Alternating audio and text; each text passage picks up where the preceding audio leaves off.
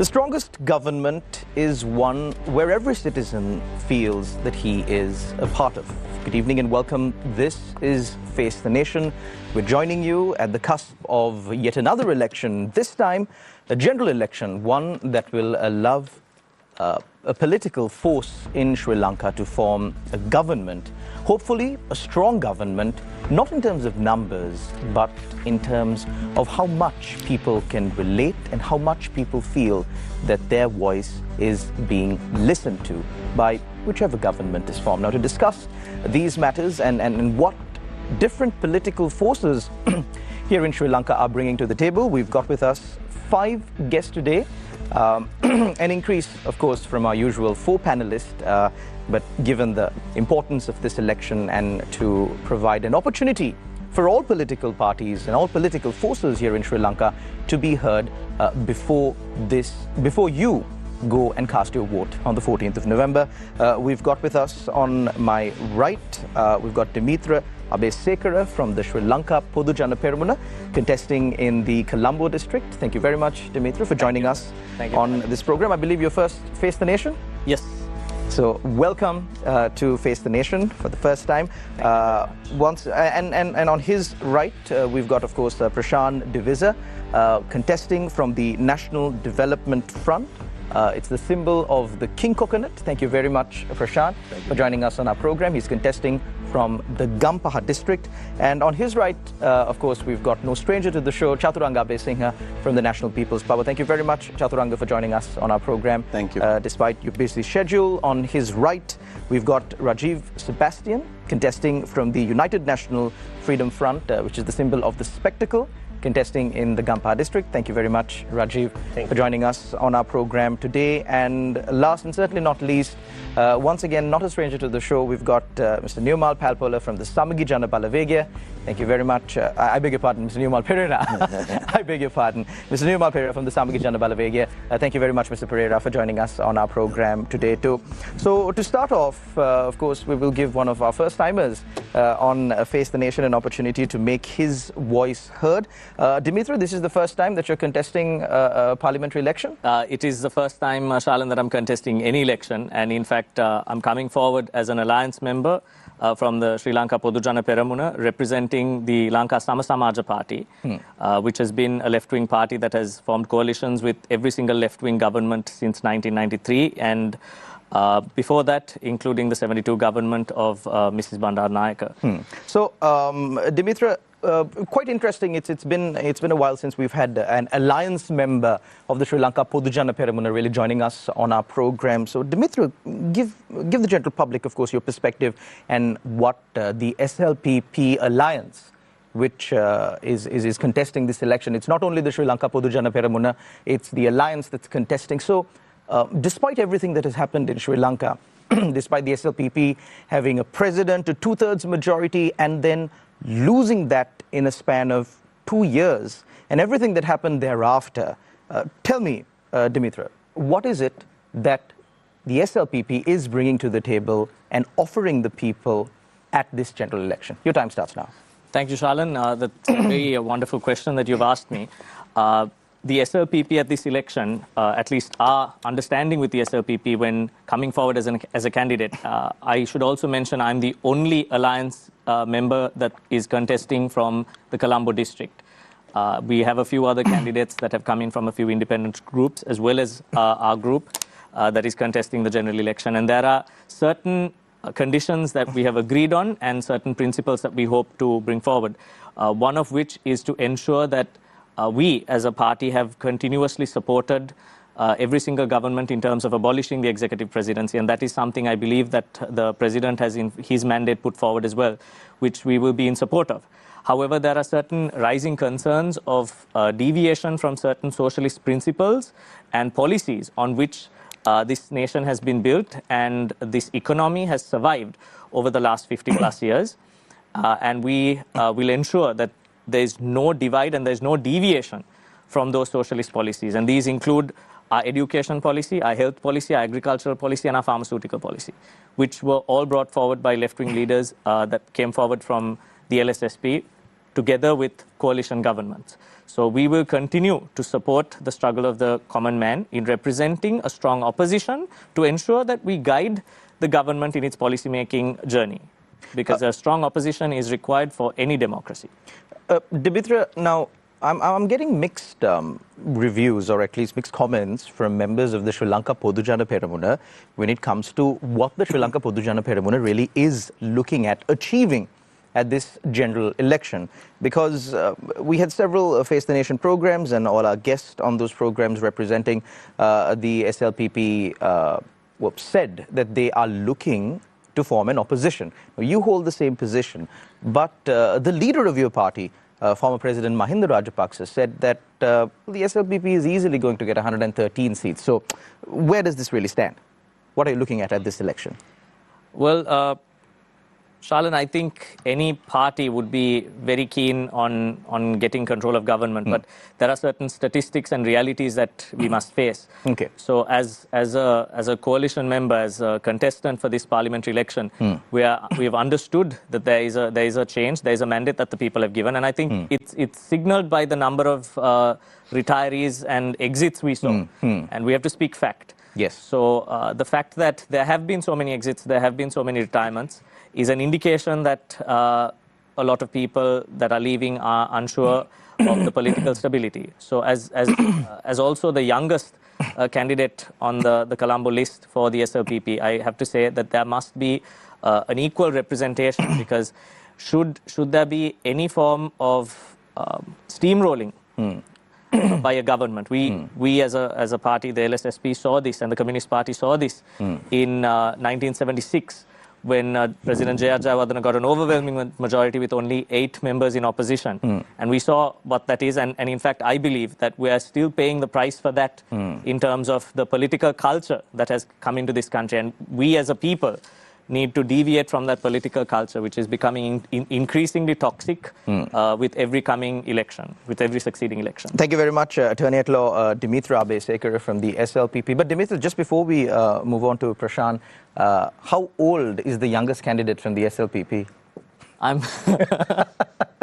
Okay, scratch that. No, it's all right. No, that's all right. I don't mind. I'm 31. All right. Thank you very much. Thank you very much, Dimitra.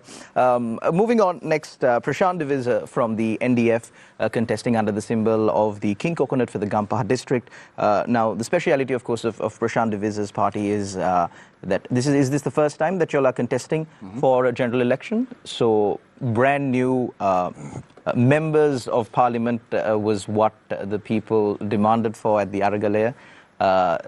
A fresh start for Sri Lanka to kickstart Sri Lanka's development drive. Prashan, there have been also concerns, though, lack of experience.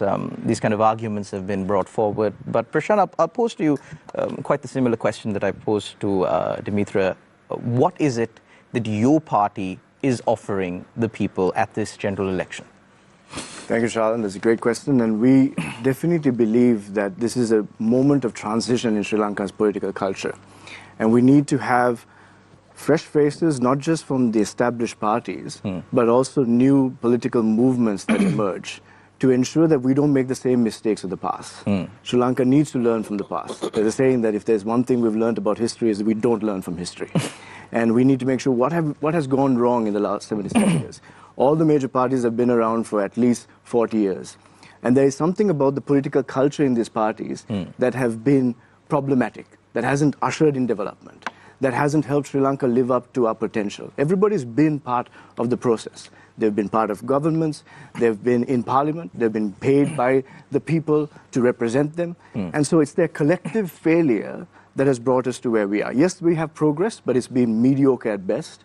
Nations that had far less potential than us have raced past us. And so we have to question the entire existence of what we have and build anew. So yes, the easier thing to do for those who have a political ambition is to go lean on an established party and say, can I have a seat, and walk into parliament, or try to work that way. That's one of the normal ways it's been, especially for those who don't have a political family member or who don't have massive popularity or wealth. That's the way to do it. But we feel that when you do that, you might be compromising your values. Because that culture of that party, the culture of the political society in general, can rub off on you. And before too long, you may not even recognize who you are. You went into the right values, the right ambitions, the right desire to serve, but you've now become subservient to that culture. You've had to say yes to the seniors. You have to say yes to that culture. And it's time for us to take a leap. And many of us are taking that sacrifice. We are not career politicians by any stretch of the imagination, but we do have amazing young and old leaders with executive leadership experience who've done amazing work on the ground in grassroots initiatives, who have foreign policy expertise, who have the capacity to bring in investments, who have the capacity to represent our people well. And that's what I want. For me personally, running in Gampaha, this is where I was born, this is where I was raised, this is where my children go to school. I care for these people. I've served my community for many years as a public citizen.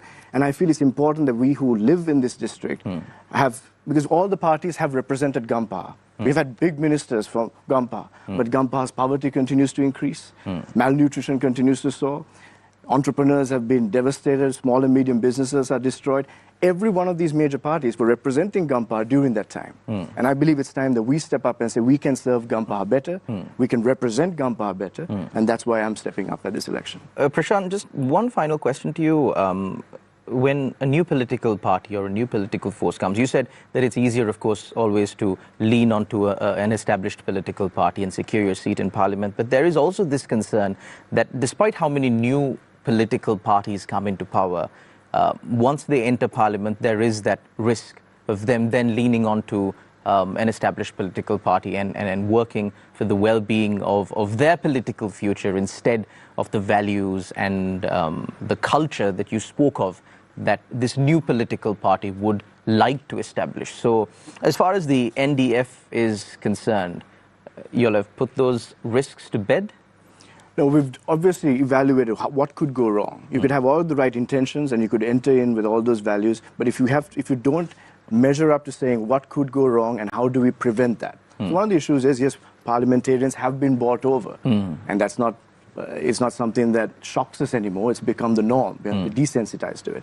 So what we've done is every nominee has signed a bond of saying, my commitment is to the values of the party and what we're about to accomplish. And also there's legal precedent now that if you do crossover, there's an opportunity for that position to be vacated. But we don't give nominations until you sign that commitment, you have that bond, and we do. And most of the candidates we have come through our own political academy. Okay. We've known them for 4 to 5 years. Okay. They've been working on the ground, building their base. So we know the kind of character that these people have. Obviously, we have many people coming in wanting to run with us, but we want them to go through our system. It gives us a little bit more clarity that we have people of character. No guarantees.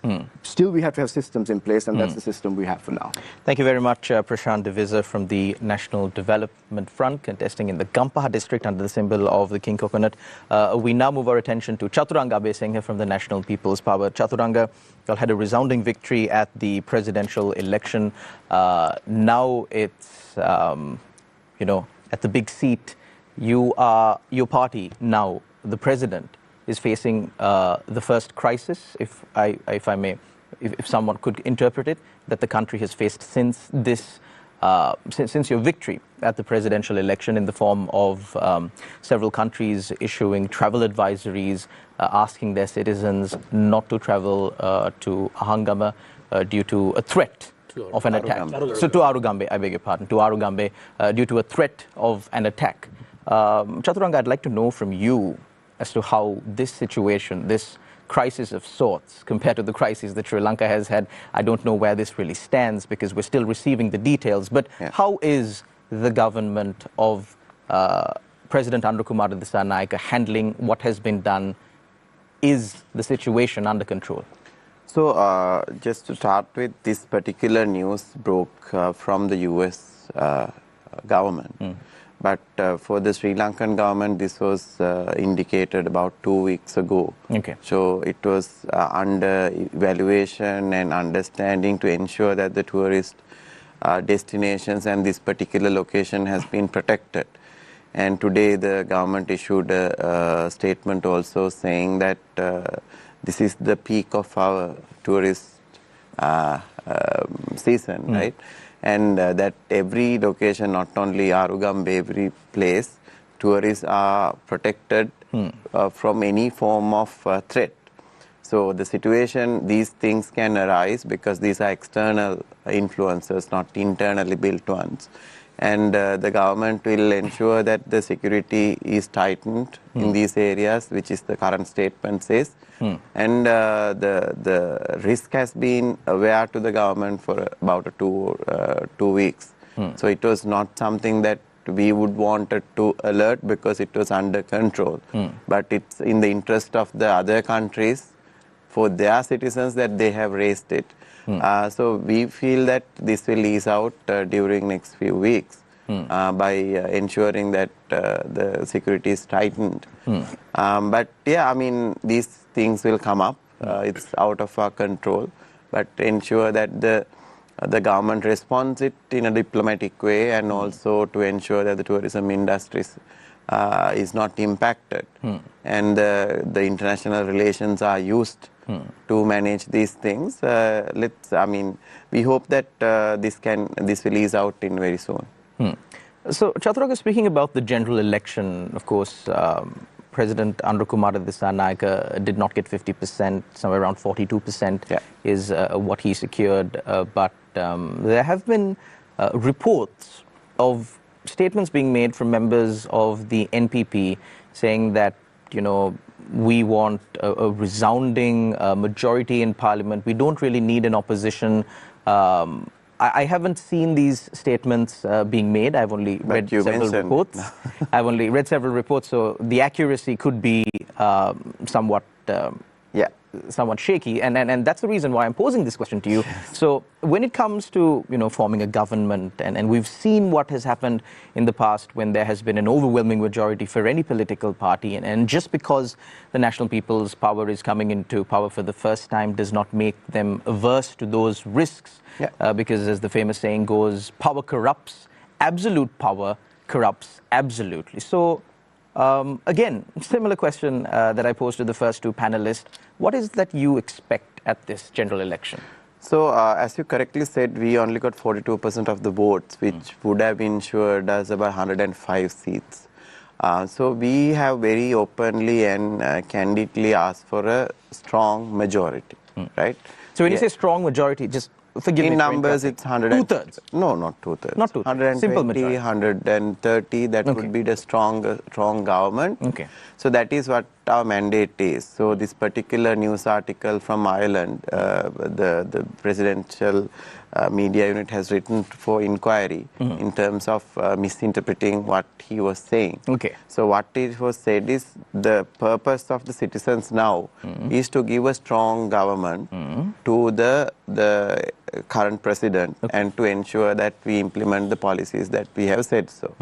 And the narrative from the opposition is to give create a strong opposition.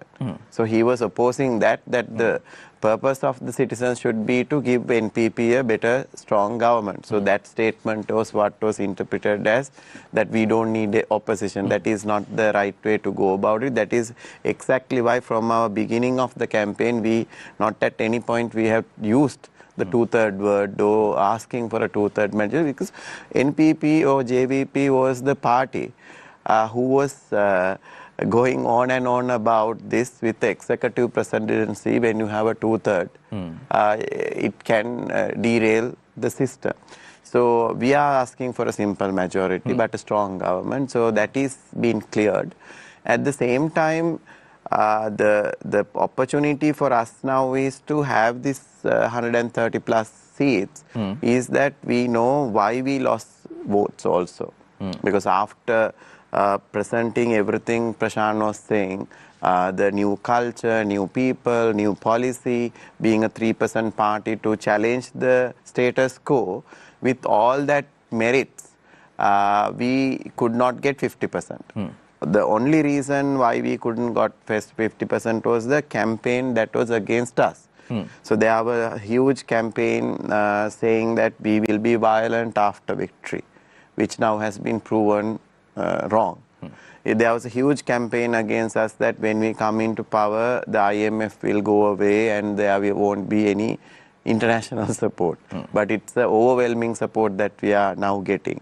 And they was saying that especially during the poll, just before the election, that the leaflet was distributed even in Kotte, that NPP will let go of Buddhism, the interest for Buddhism, and it's a non-religious sentiment that we will bring. And there will be gas shortages, fuel shortages. So there were so many things created against us. And if you have few assets, we will take one. You will have to share your car with others. So these are the things that the campaign which kind of reduce the number of votes for us. But I think people are realizing it's not the case. And very cautiously, very strongly, smartly, the president and the two cabinet ministers has been handling the situation very well. So now there's a lot of interest for us, especially for me in Kotte. Now for the last 20 days, so especially last 20 days, I've been meeting people who did not vote us. So they openly come and say that we didn't vote you because of so and so, these reasons. So now they are ready to listen to us. So I think the majority who voted for Anil Wickramasinghe will vote back to NPP. And I don't think there is a SJB anymore. But we can listen to the SJB because it says Samagi Jana Balavege, now it has become the Asamagi Jana Balavege. So we have a greater chance, and I think the parties like Prashan's and the new parties also have a good opportunity because people look for a new culture. So if they are opposing NPP for any reason, there is new people to choose from. You don't have to now lean back to old political culture and old structures. And if you are to have a strong opposition also, there is options for people. I think this election will be a great start for Sri Lanka to move in a different political culture. Thank you very much, Chathuranga Abeysinghe from the National People's Power, contesting in the Colombo district. We now move our attention to Rajiv Sebastian from the United National Freedom Front, contesting from the symbol of the spectacle. Rajiv, again, you're not one of the big guns. Not one of the big political parties. However, not the first time that your party is contesting at an election. It's my very first time. And, No. Your political party. Okay. Your political party, it's not the first time that your political party is really contesting at elections.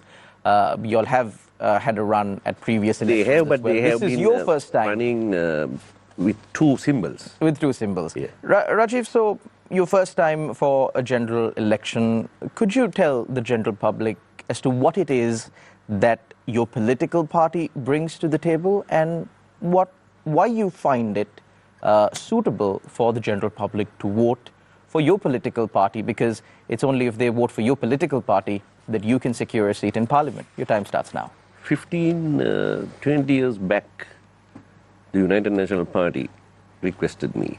They invited me to contest by a prominent figure, a celebrity himself, said why not contest the Moratuwa seat. It didn't impress me, and then maybe 4 years ago, another very close friend, a big of the NPP, made the same request, but then again I thought, no, this is not the stage for me. And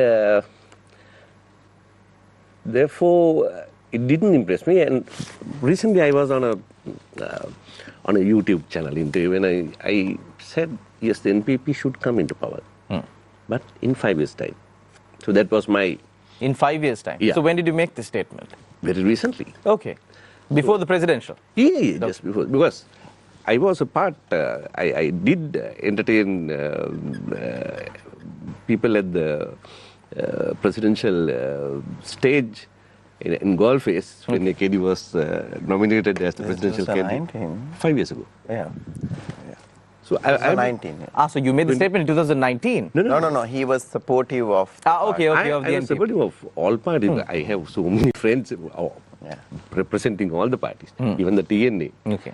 So I didn't want to, but then again, I didn't want to have a cakewalk. Now I'm taking a funny kind of a risk. Now all these gentlemen, they contest from their hometowns. Yes. But for me, I had to move from Colombo. I'm originally from Moratu, but I have to go to the Gampa district. And I don't even have my vote. So I had to, the others will start from 1, but for me... So you have a risk of getting 0 votes. From 0, I got to start. So anyway, since of late, I thought I'll give it a run. And let's say Morotu and Nigambu, more or less, it's the same kind of culture.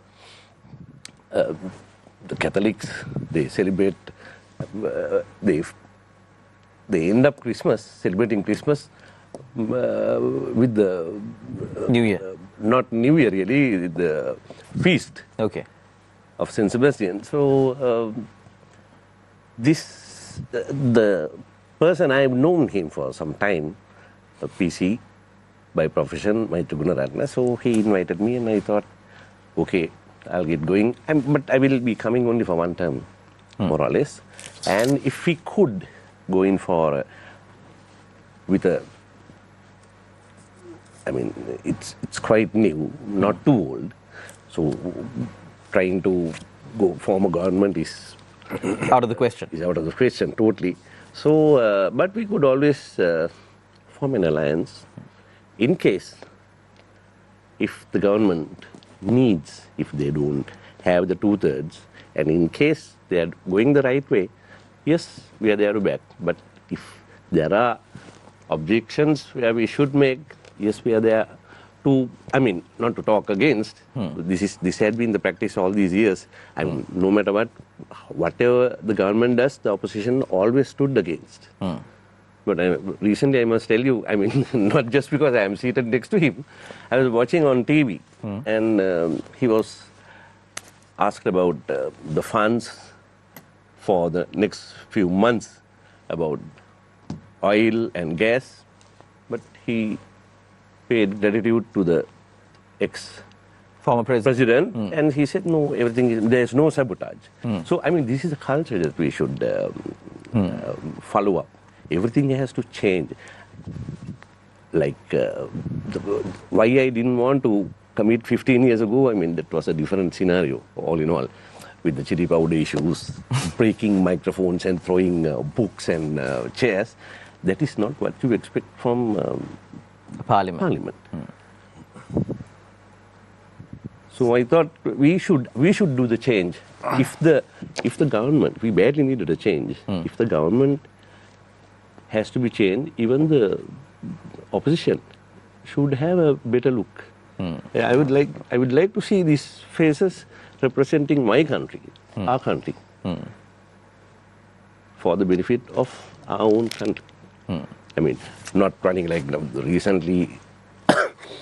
I heard, like I have seen on FB, on social media, the actors should act, singers should sing.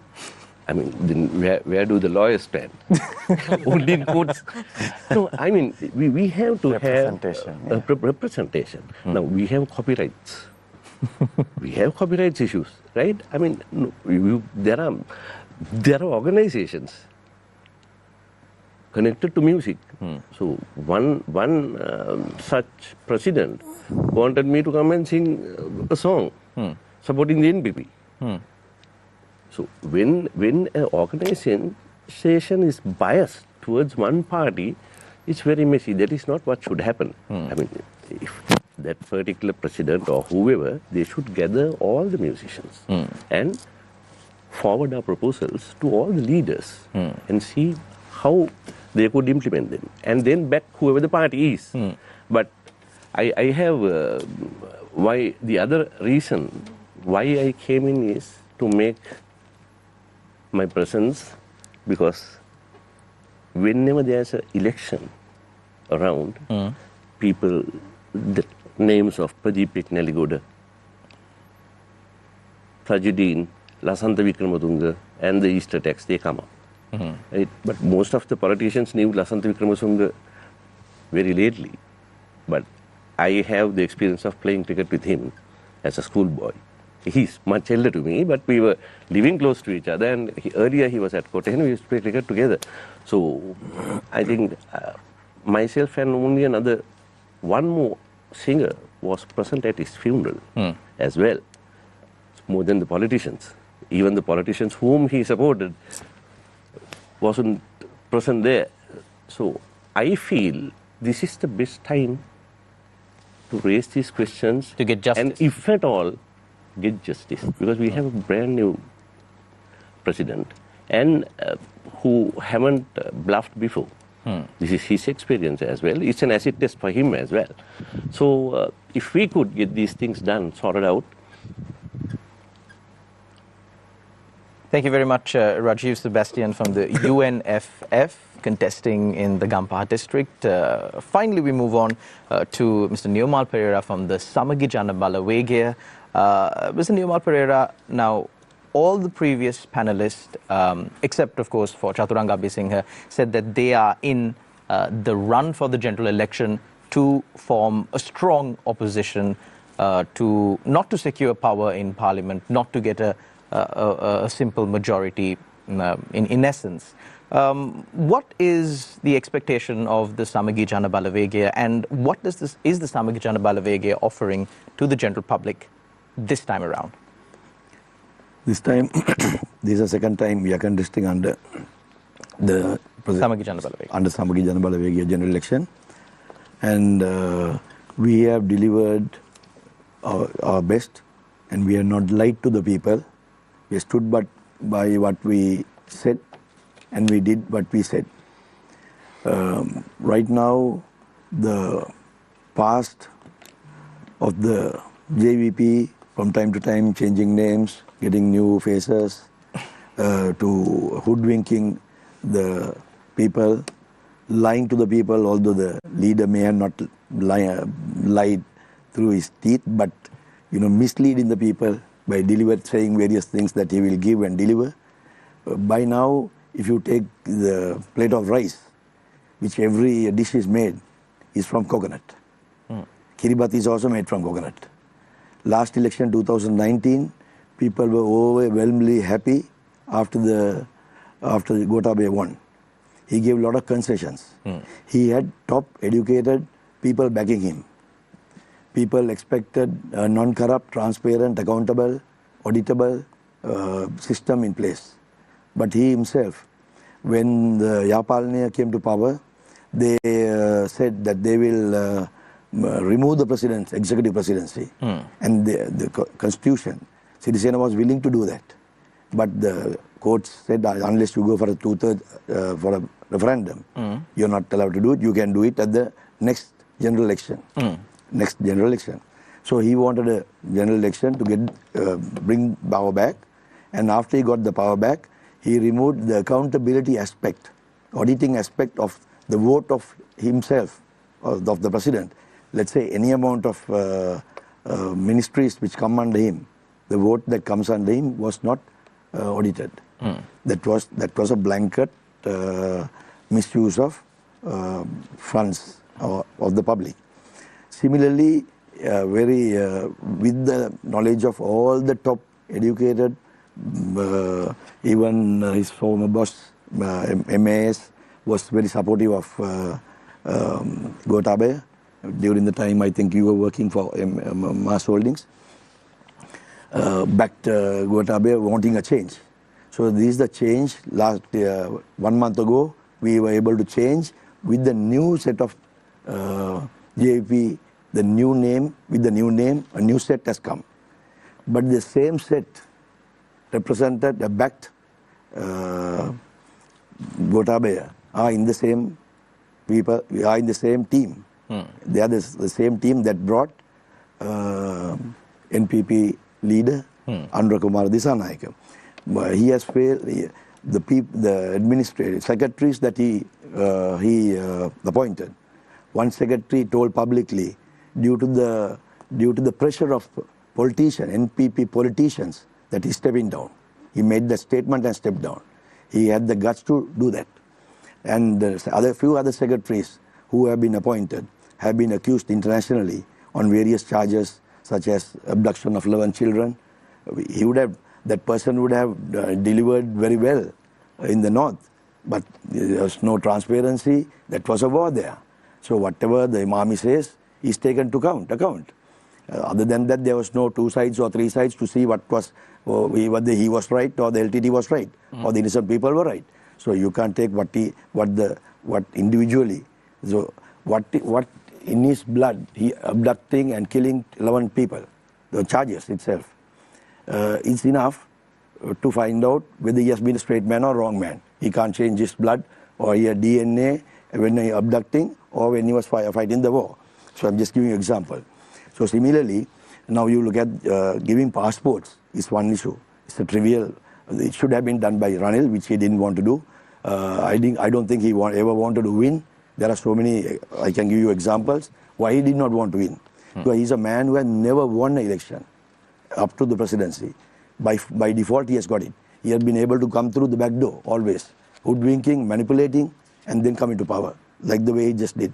So similarly, NPP has a huge expectation to offer or to fulfill, because the youth voted for the NPP, expecting, showing people's faces like Chathuranga, very respectable person, data scientist, and I have respect for him.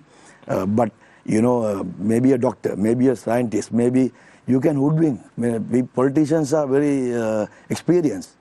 You take any politician in the NPP who has been serving for last 15, 20 years, who had gone through the mill, who has no experience of running a business or a shop, or they always say, I get my shirt from my friend cut my hair, except my underwear which has holes, others are all given by friends. What sort of politicians, leaders are these people in this country?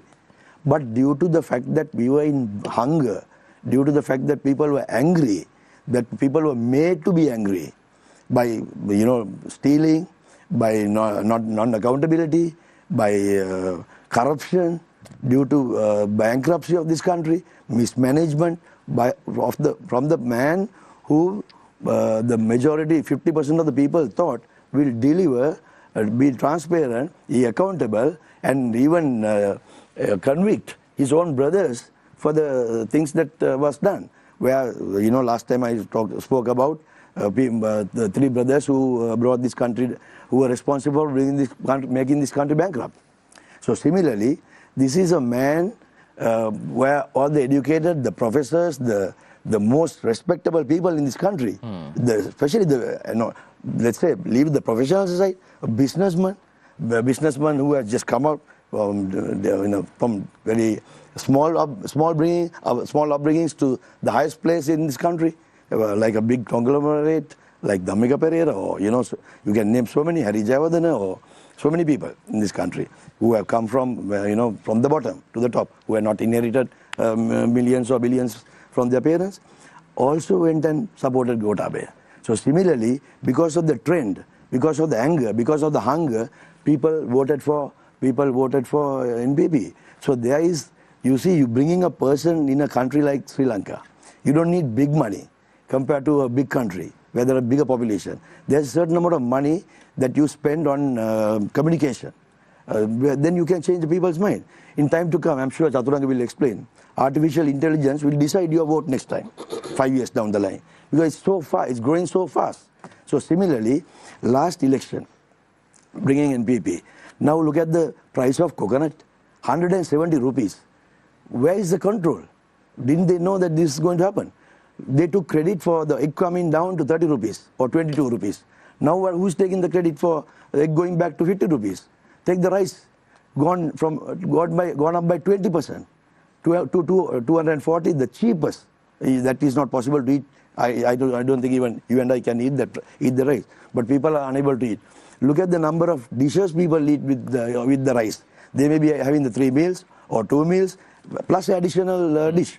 That is example. I can explain to you why I am saying that they are eating only one additional dish because of the consumption of coconut oil. So similarly, it's impossible to go on. Look at one of the nuns who were in Kandy, Reverend nun, who was remanded, who was never remanded earlier. None of the governments touched the religious and remanded them. They were able to intervene and make representation and then bring two parties together. I mean, if somebody does something wrong, you have to remand. That's true.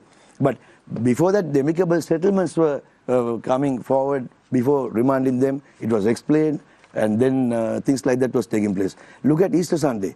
I will guarantee you that this present leader will not bring Easter Sunday, the main culprits, to book. Look at the reports. Now they are contradicting the reports which was given to 2-3 weeks ago. Yeah, you can contradict, but when you're contradicting the person who wrote the report. Then charge him. Okay, look at the evidence that he was given. He was given on those evidence. He wrote the report. If wrong evidence was given, convict him. Don't mislead the public. So many issues like that have misled the public. People have a lot of expectations. He's representing, 3 of us out of the 5 are representing Gampa district. You look at Gampa district, last 3 weeks, we were underwater. Many electorates were underwater. Thousands of people without food. The lavatories are overflowing. The wells are contaminated with sewage. And that is the way they have lived. Not a meal was given by the government. They were given some dry rations. People were expected to cook. And they expected private sector to feed them. And, it's a pathetic situation. 1 week, Chinese government, I saw they're giving 30 million or something like that. And see the amount of money.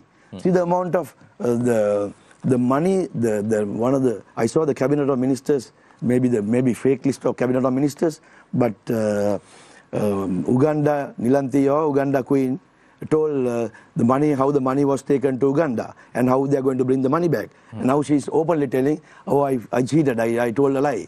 And a man climbing a areca tree was to found after a post-mortem. They found that he haven't had meals for 3 days. Blatant lies were told to the people. Innocent youth were lied through their teeth. I don't know. Chathuranga, they are very respectable people, like educated people like Chathuranga, professors. Many people wanting to do a good job. I'm not finding fault. Chathuranga will get elected because the trend is through the NPP. You saw the numbers of people coming from the Gotabe's party. You found this Velikara to Kudukara to all the buggers coming. You put a new face, you can definitely get into parliament. There is no question. But you don't have the sentiment or the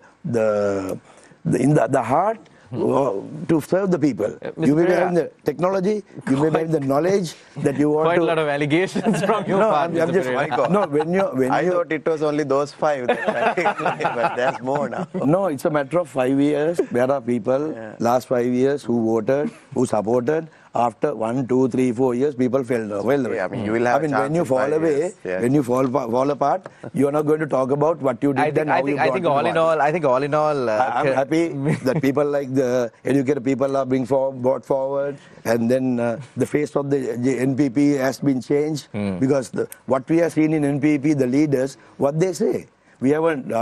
It's good that educated people are being brought. I don't know whether the leadership will listen to them, whether they are in the 75, the exco of the JVP, of the NPP, whether there is accountability, whether there is transparency in the way they spend money. These are a lot of allegations that I can go on and go on the whole night talk without allowing, taking all your time. Yes, but, definitely. But definitely they will not get that 42% that they got.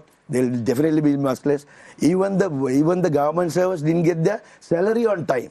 It took another additional 3 days. I can go on and go on and tell. Yeah, Mr. Perera, we'll pick and choose what we can discuss, of course, given the time constraints and, of course, the fact that we have 5 guests today. I would now open the floor for questions from our journalists. We've got Niresh Eliathambi on my right, and on my left, Shihar Aniz. So, gentlemen, the floor is all yours. Chathuranga, there's been a lot of muddying of the waters where the Easter Sunday attacks are concerned. This week especially, a lot of allegations being thrown this way, that way, but in the end we are no closer to finding a solution than we were earlier. Now, the attacks took place 5.5 years ago, 2019. Since then, we have had 4 presidents and 5 prime ministers. How closer are we to getting this resolved? Yeah, so I think in this particular case, it's about the investigation that was told. So that's the biggest problem we have, because we studied this case and we have a lot of internal intelligence about what happened and how it got derailed. We have had various discussions with the intelligence that was given to the society and what was kept out. So what we want to do is not to rush anything and bring someone down and put behind the bars. The investigation has to restart from a particular point, and we are very confident that we have the right people in the right place to ensure that this investigation will take place. So in an investigation, I am not here in a position to give a time frame, whether it's a month or a 3 month or a 4 months. But what we can guarantee is that where it was left off the unanswered questions about this case, which was very evidently proven to the public that there are certain grey areas in this particular incident. And the reports that are getting highlighted are all based on the allegation that somebody did not take enough action to avoid the incident, right? That is where the certain amount of the bureaucrats and the security personnel were highlighted in that report.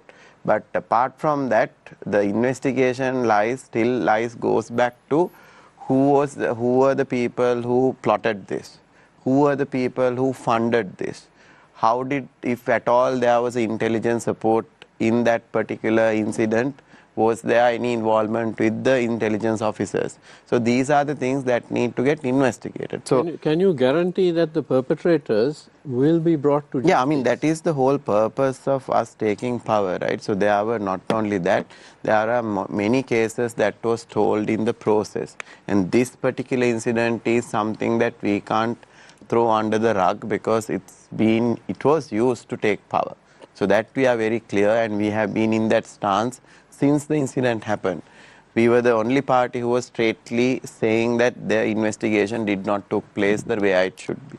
So I think it's up to us. So people have given us a mandate.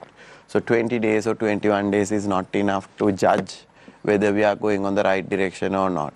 We don't have a government yet, to be very open. We have 3 ministers managing an interim period until the government is formed. And it's not in full force as well. Our main priority was to ensure that the economic stability is established, and we fast-track the IMF conversations and ensure that we will get a good rating within the first quarter of this thing. At the same time, on the investigation front, there has been appointments made and the various committees has been appointed to start work. So this is why I would say there needs to be a particular time frame for us to see some kind of results to public, how it's proceeding, and we are very confident we can move on. Yeah, Chathuranga, I mean, your face show that you are not fresh as you were, you have been coming to the program like earlier. That shows that you are in the hot seat and you are really kind of stressed, right? Absolutely. Yeah, because we were in the opposition, now we are in the government. Exactly. So I want to ask, I mean, I'm not going to ask you told this one before the election and you're not doing that. No, I'm not going to ask that. But I will ask this. You have told this during the election, platform before the presidential election, tax reduction, review of key projects, cancelling unsolicited projects given to foreign countries, bringing down hidden money, and changing, the same bureaucrats under the previous government who have been alleged corruption. Yeah. So what I'm going to ask is, like, once you'll get the parliament power, what's the time frame for these things? So firstly, it's about the tax reforms, which was the promise that we will reduce the VAT on essential goods. We will bring down the income tax bracket, income tax threshold. We will increase it to 200,000 and widen the brackets. So this is going to be during the next budget? Next budget. So budget, vote on account, there will be a period of about 3 months because we are already late in budget presentation, and the budget will come probably in February or March. Within that budget, you would see... That's a full year budget. That's a full year budget, and it will be, those reforms will be there. So current negotiations with IMF is also to ensure those recommended or suggested changes in the manifesto is being embedded into the new budget. And in terms of the reduction of corruption and also the current... Chathuranga, just before we move to the next item on the taxation front, when you say increase the limit to 200,000 and widen the tax net, I understand increase the limit to 200,000, but what do you mean widen the net? How? So widen the net, now actually what I said was widen the brackets of the tax, because now we reach 36. Widen the tax brackets. Anyway, okay. Widening the tax net was something that even the previous government started. It has to happen on a methodical way. What do we mean by widening the tax net is Sri Lanka, 2.3 million people should be paying tax, given the statistics. But what we have still is 750,000 files. So we need to ensure that we bring technology, which is one of our key priorities, to ensure the land registry, the vehicle registry, and large deposits in banks are interconnected to a tax system where it triggers the mechanism. So that we would ensure that the people who are not part of the tax system comes into play. Because it's not possible for the Inland Revenue Department to physically do all of this, is it now? Yeah, it's a technological game plan and it needs to happen. So this is what we think is the technology has to come into play to widen the tax net. And this is also a place where we would negotiate with IMF to say that the additional revenue that's going to get collected is the one that we will be used to give the benefits as well. So widening tax net is no-brainer that anybody has to do, and that will take few 1 year, 2 year period to get to reach the optimum. It's not an easy process to do. But in terms of what you said about handling corruption and the agreements, the main one we are negotiating now is the Adani agreement. So we have categorically said even before the election we are not happy with this. We have indicated that to Adani Group as well as the Indian government that we are not happy with this rate, right? So there's a delegation that's going out in January. So this discussion will take place. You mean the Sri Lankan delegation to India? Yeah, that was the invitation from the Indian government. Okay. And this is also a key topic item that we will negotiate. So is it the president going to India? I'm not sure who will be the delegation. Obviously, there will be few people from the new government as well, including people to negotiate the trade and industry agreements, which we already have. Also, there are certain things, discussions has been stalled. So in that, so this is a particular agreement that we need to relook at. Because I think I remember NPP has been telling like they want to cancel all the unsolicited projects, right? The projects given on unsolicited basis without tenders. We basically said we will not give unsolicited projects. We will relook at especially on this Adani deal. We said we will relook at this to ensure that it's on merit basis, that it's at the market rates. So in terms of the government appointments and corrupt bureaucrats, currently what we have done is with the current setup we kind of reshuffle them to ensure that we can run a month. But anybody who has been part of the previous regimes, who has been part of corruption, will get questioned, and that process will take place. So it will take a little bit of time to do that as well.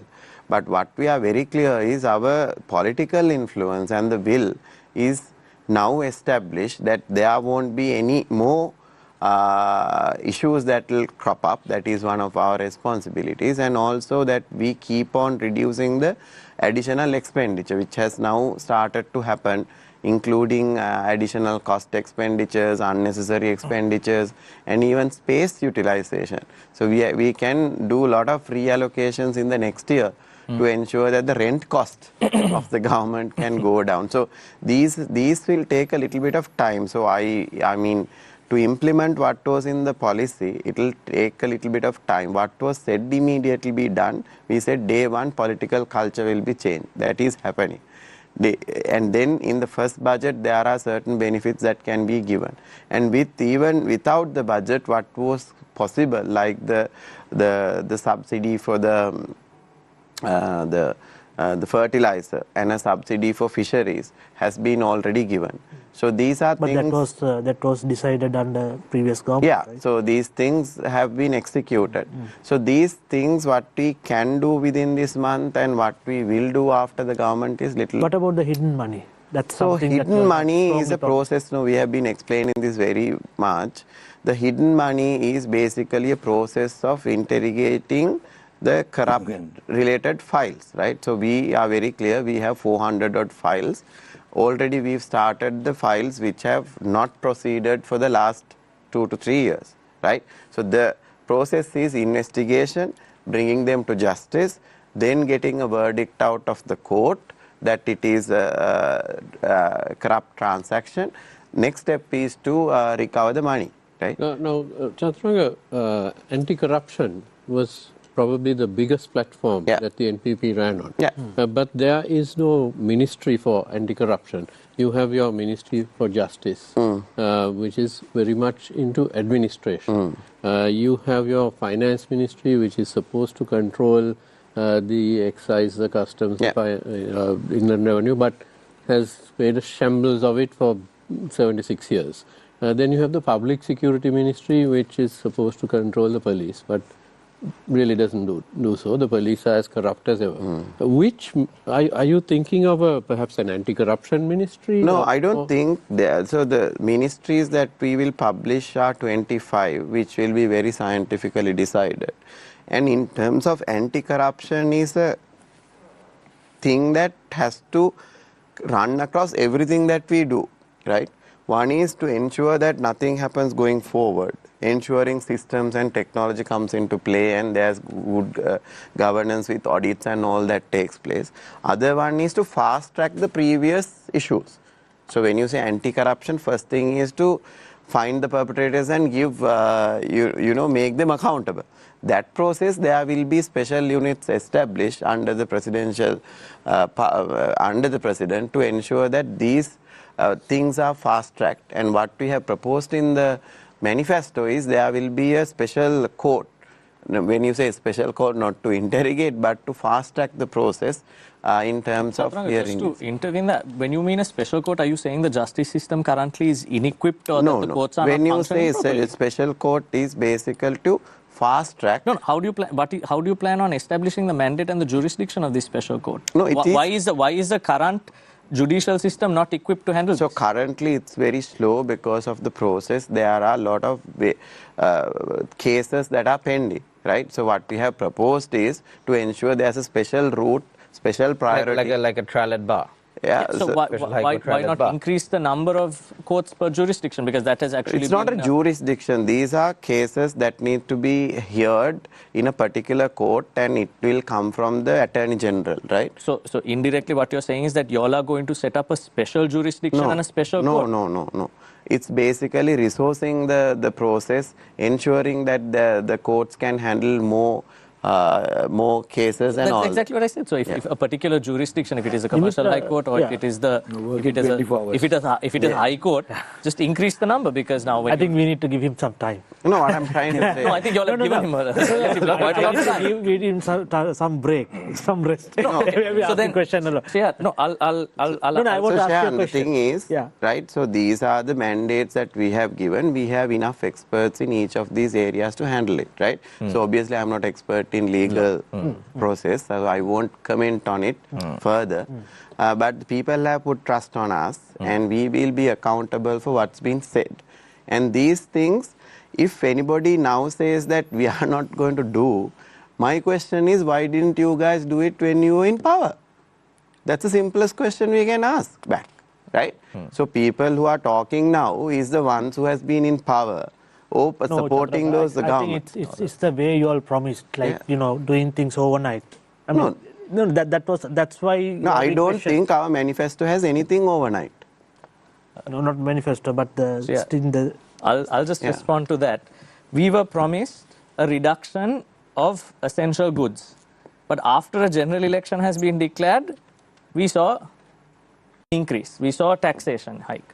Then we saw... Where's the taxation? For sugar and... Sugar, parippu. Import tax. and all. What was the tax? 25 cents per parippu. you already 25 increased. cents. Yeah. Everything is gone up. No, it still goes again. It may be a joke 25 for you, people cents. can't have- Chaturanga, people don't have 25 money to cents to y'all might be a small amount, but when you take it on a larger scale, even an egg, a 50-cent rupee increase allows an egg vendor to forego obtaining a loan to Okay, I will explain that. to upgrade. Dimitra, I want to ask you this Yeah. one. Now, your party, SLPP, the party you are contesting, though you are... Alliance. Yes. Yeah, Use no, the right yeah, word. yeah, that's right. You are in LSSP, you are contesting in an alliance called SLPP. SLPP, yes. This party has come down from 6.9 million to 0.25 million, right? What are you going to do differently, at least to make sure you are part of a strong opposition and make sure that you hold the government accountable if they come to power?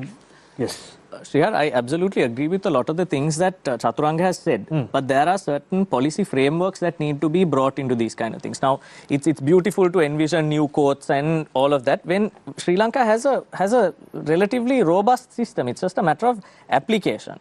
Right now, for example, if you look at it, the reason we need a strong opposition is if you take the SLPP, even up to the failure of the government or the fall of the government of the SLPP, and when President Wickremesinghe came in, there it was a coalition. And when certain foreign forces tried to push us to sign and incorporate certain and bring in new legislation, which was a threat to national security and economic planning. I can openly say it, the SOFA and AXA agreements, when they were to be brought in, it wasn't the opposition that raised their voice first. It was members of government who told the president, no, it cannot be done because these are the threats.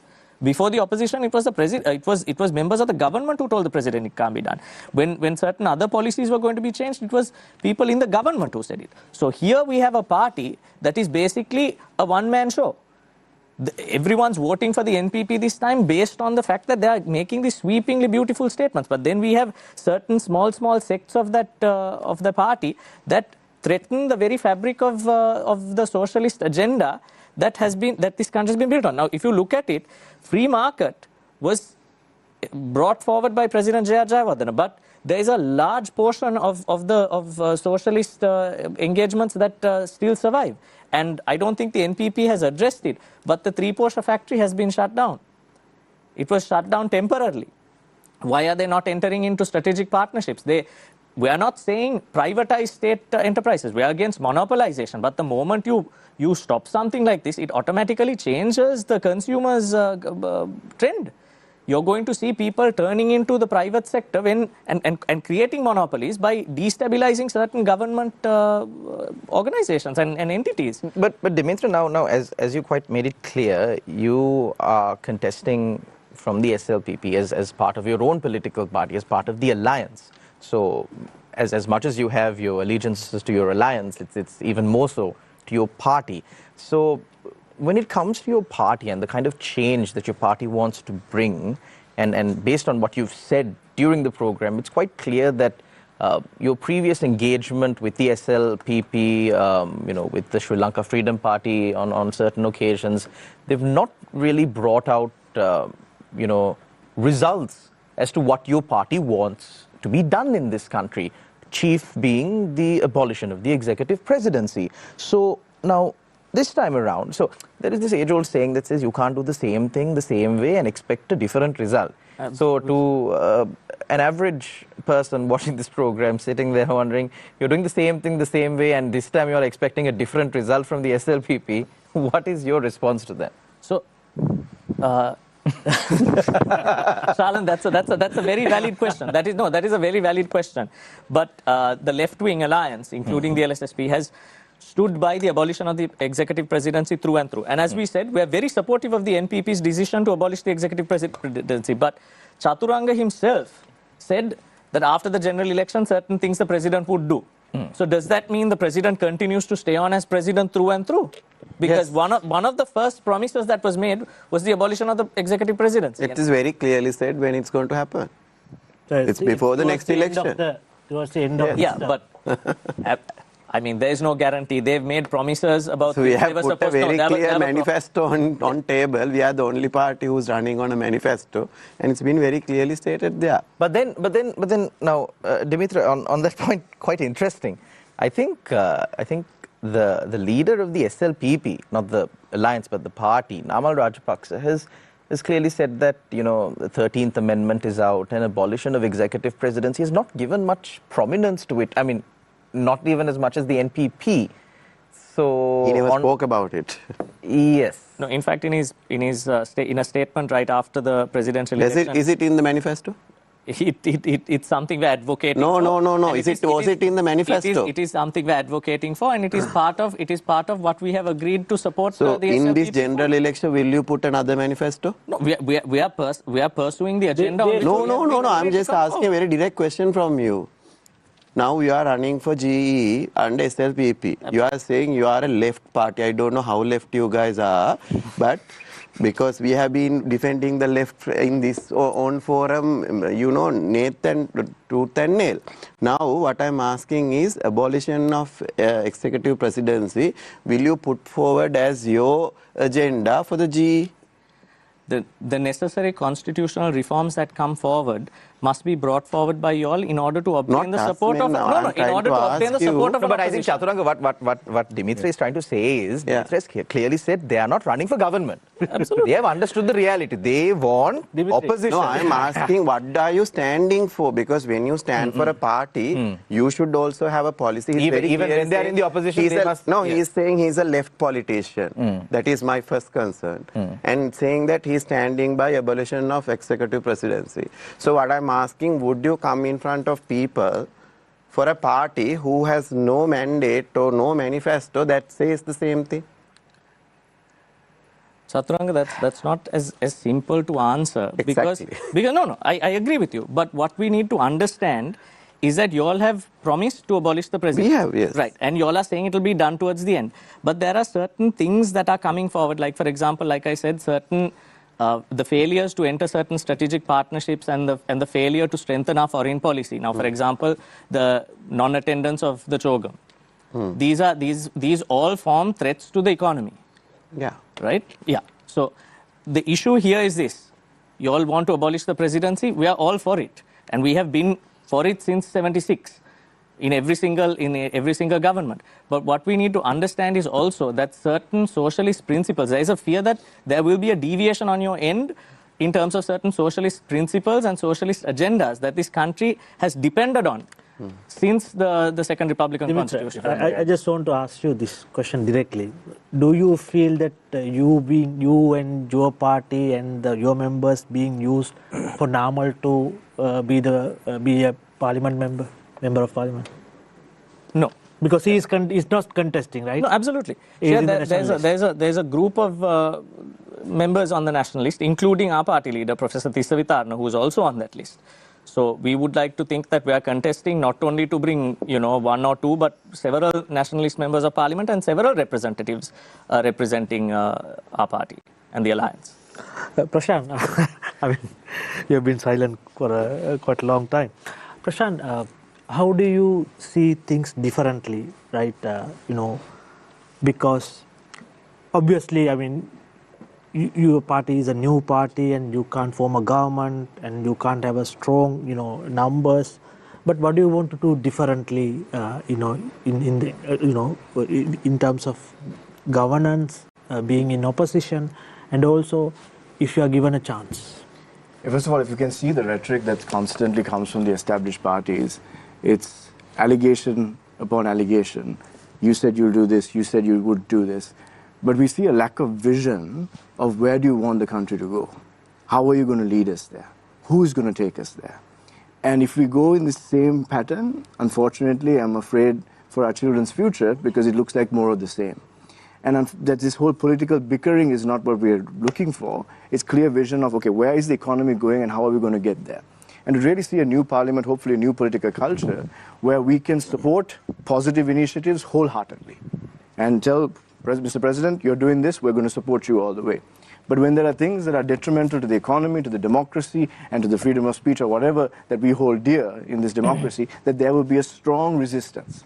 And that's what we're asking the people right now, is the best way to do that is not to give absolute power to any group. And even to make sure that the opposition is vibrant, diversity of thought, make sure that there is a need to be held accountable to one another. And not to a point that it's just crippling anybody getting anything done, but if you have the right people there, they're not going to play politics as usual. They would understand that there are certain values that we hold dear and we would work towards that.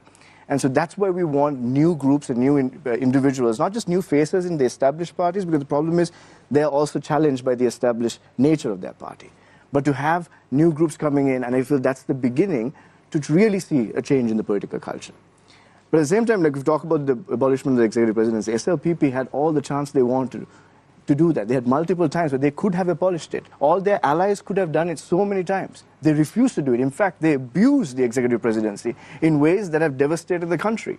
And now to say that it may be somewhere hidden in the manifesto is hard to believe.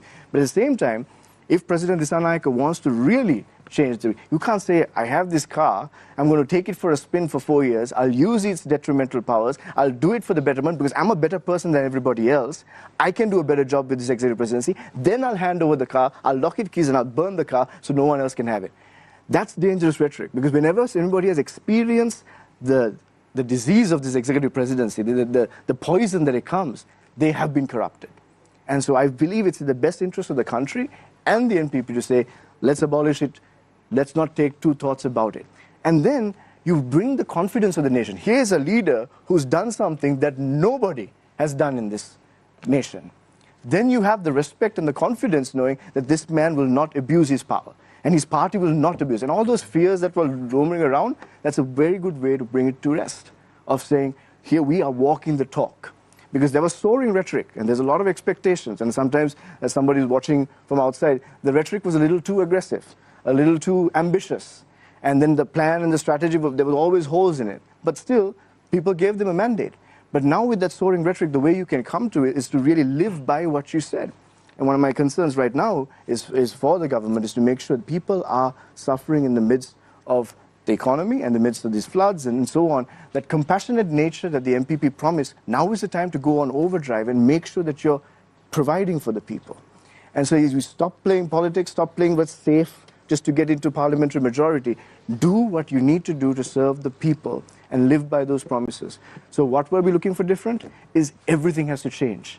But whatever we've been doing, and Einstein said the definition of insanity is doing the same thing over and over again. We're doing the same thing over and over again. It's just different colored parties. Chathuranga, just one thing. Shihal, just before we go into that, I'd like Chathuranga's response on the executive presidency point as to, you know... Can I add just one more thing? Yes, definitely. Since he insisted about SLPP, earlier it was only 2 terms, but they went up to the extent of 18th increasing it. With the amendment and till lifetime for them to contest. That was another addition to the powers. Chathuranga, would you respond on you know, the fact that, you know, President Andrakumara Dissanayake using this executive presidency, and then I think there was a quite... Yeah, so I think executive presidency is not something simple that you can write off the book. Executive presidency is tied up with the election process. Executive presidency is tied up with the provincial councils. Executive presidency is tied up with power, right? So that is why we have very clearly said we will bring a new manifesto. New constitution. So new constitution is something that all of you guys can work on, give your feedback and ensure that's done properly, because we have done 21 amendments, it's not working. So we need to get it proper. I think this is what we have been very clearly saying, everyone of this country, not NPPers, but you know, as citizens, you can be part of this change. Part of this change is we will open up constitutional councils in different areas, how this new Sri Lankan constitution, which was done in 1978, how do we look at the next 100 years and ensure that we have the right document in play. In that document, that's why we clearly said it's not necessary for us to have 2/3, so that we can get our own constitution signed off, right? So we have a strong government, we will work with the opposition, so we will collectively create our next constitution for the country, and we'll get a 2/3, including the opposition, not only NPPs. And then we put it back onto people, which again needs a referendum. So that is why this is not something that you can do overnight and get it done with, because it's a very complex constitution. We were tangled by the 1978. So this is why we have said it needs a little bit of time to get this new constitution done. In that constitution, there won't be executive presidents. That's understood. That sometime and waiting for the end of the presidential term, there's a massive gap between that. Yeah. That's where it doesn't fit in. Chaturanga, I want to ask this because every time now we question President Dissanayaka's government officials or even the politicians, the simple answer we get is like, it's an interim government, so we have to wait until the election. Yeah, so because I am not representing the government. that's true. But the problem is now we are basically kind of lagging behind in terms of policies. For instance, I can tell you 3 incidents. First one, Chogam, right? We should have gone, we didn't go. Then BRICS. President, I mean, it's a great honor that they have invited the president to come there, but we just sent the foreign secretary.